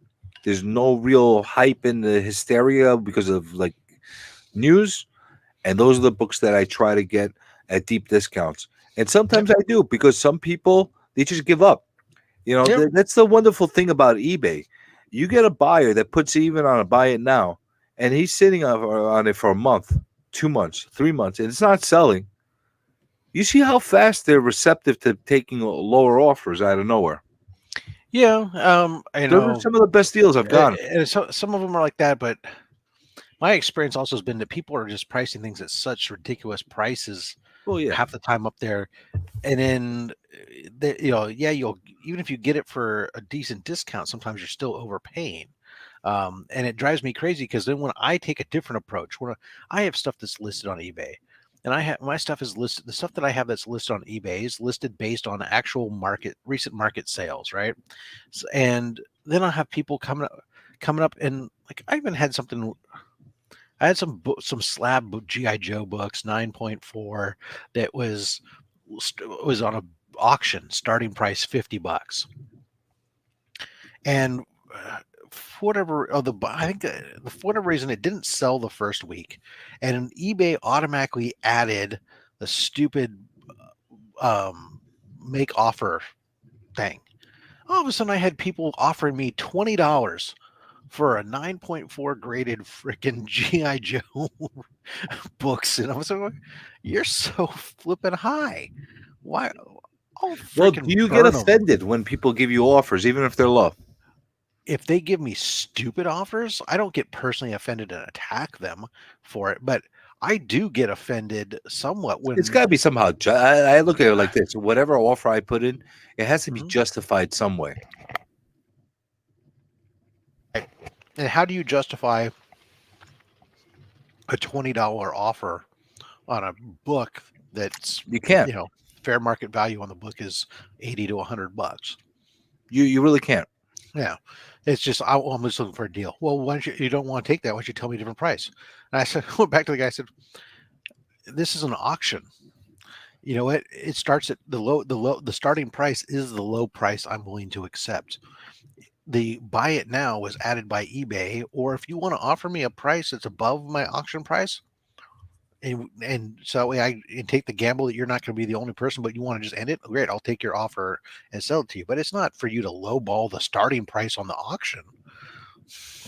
Usually, when I see something that's coming at a very reasonable or a really good starting price on a thing, and I want to try to get it as close as possible at that price. Like, for example, $50. Let's say I like that price for $50. That I want to. Yeah. I wish I could get it for $50. If I see that almost immediately as soon as it comes up, one of the first things I'll do is I'll make an offer to that seller for exactly what they're asking for this moment, where they're starting it off. And I have had sellers actually turn around and make a counter offer for 60 or 70. And I'm like, you know what? I'll take it. And I don't have to compete and wait Right. all So the I way don't have to through. wait 7 days or whatever. And So what watch I'll the do is sniping I'll and- give them what they're starting at. I won't give them less. And unless I know it's a hot book, then I'll just throw as much as I can at it to see where that takes me, because I know I'm going to get a counter offer back. But I'll usually start at that number and say, and I'll add a note. If this doesn't work, please let me know. What we can do. I'm interested, and I don't want to wait until the end of the week. Yeah. I tried that the other day with an ASM 12 and an ASM 11. Some guy offered him about $50 Canadian over what his starting price on his auction was. But he's like, oh, yeah, no. He says, I know this book will sell for more than that. And I said, well, I had to try, man. You got to try. At least I wasn't trying to offer him less than what his starting bid was, but no, you got to try at least. Sometimes they'll get a little outrageous as far as what they're asking. Then I'll go under. I remember seeing guys that would they're asking twice what the last sold price was, and you try to offer them anywhere close. You're like, okay, hey, fine.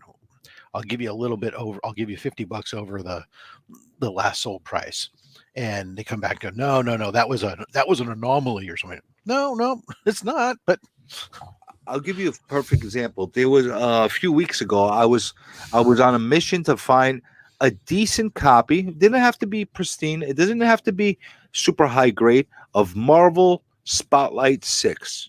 Mhm. I wanted to get the second appearance of Ghost Rider in a at least mid-grade condition.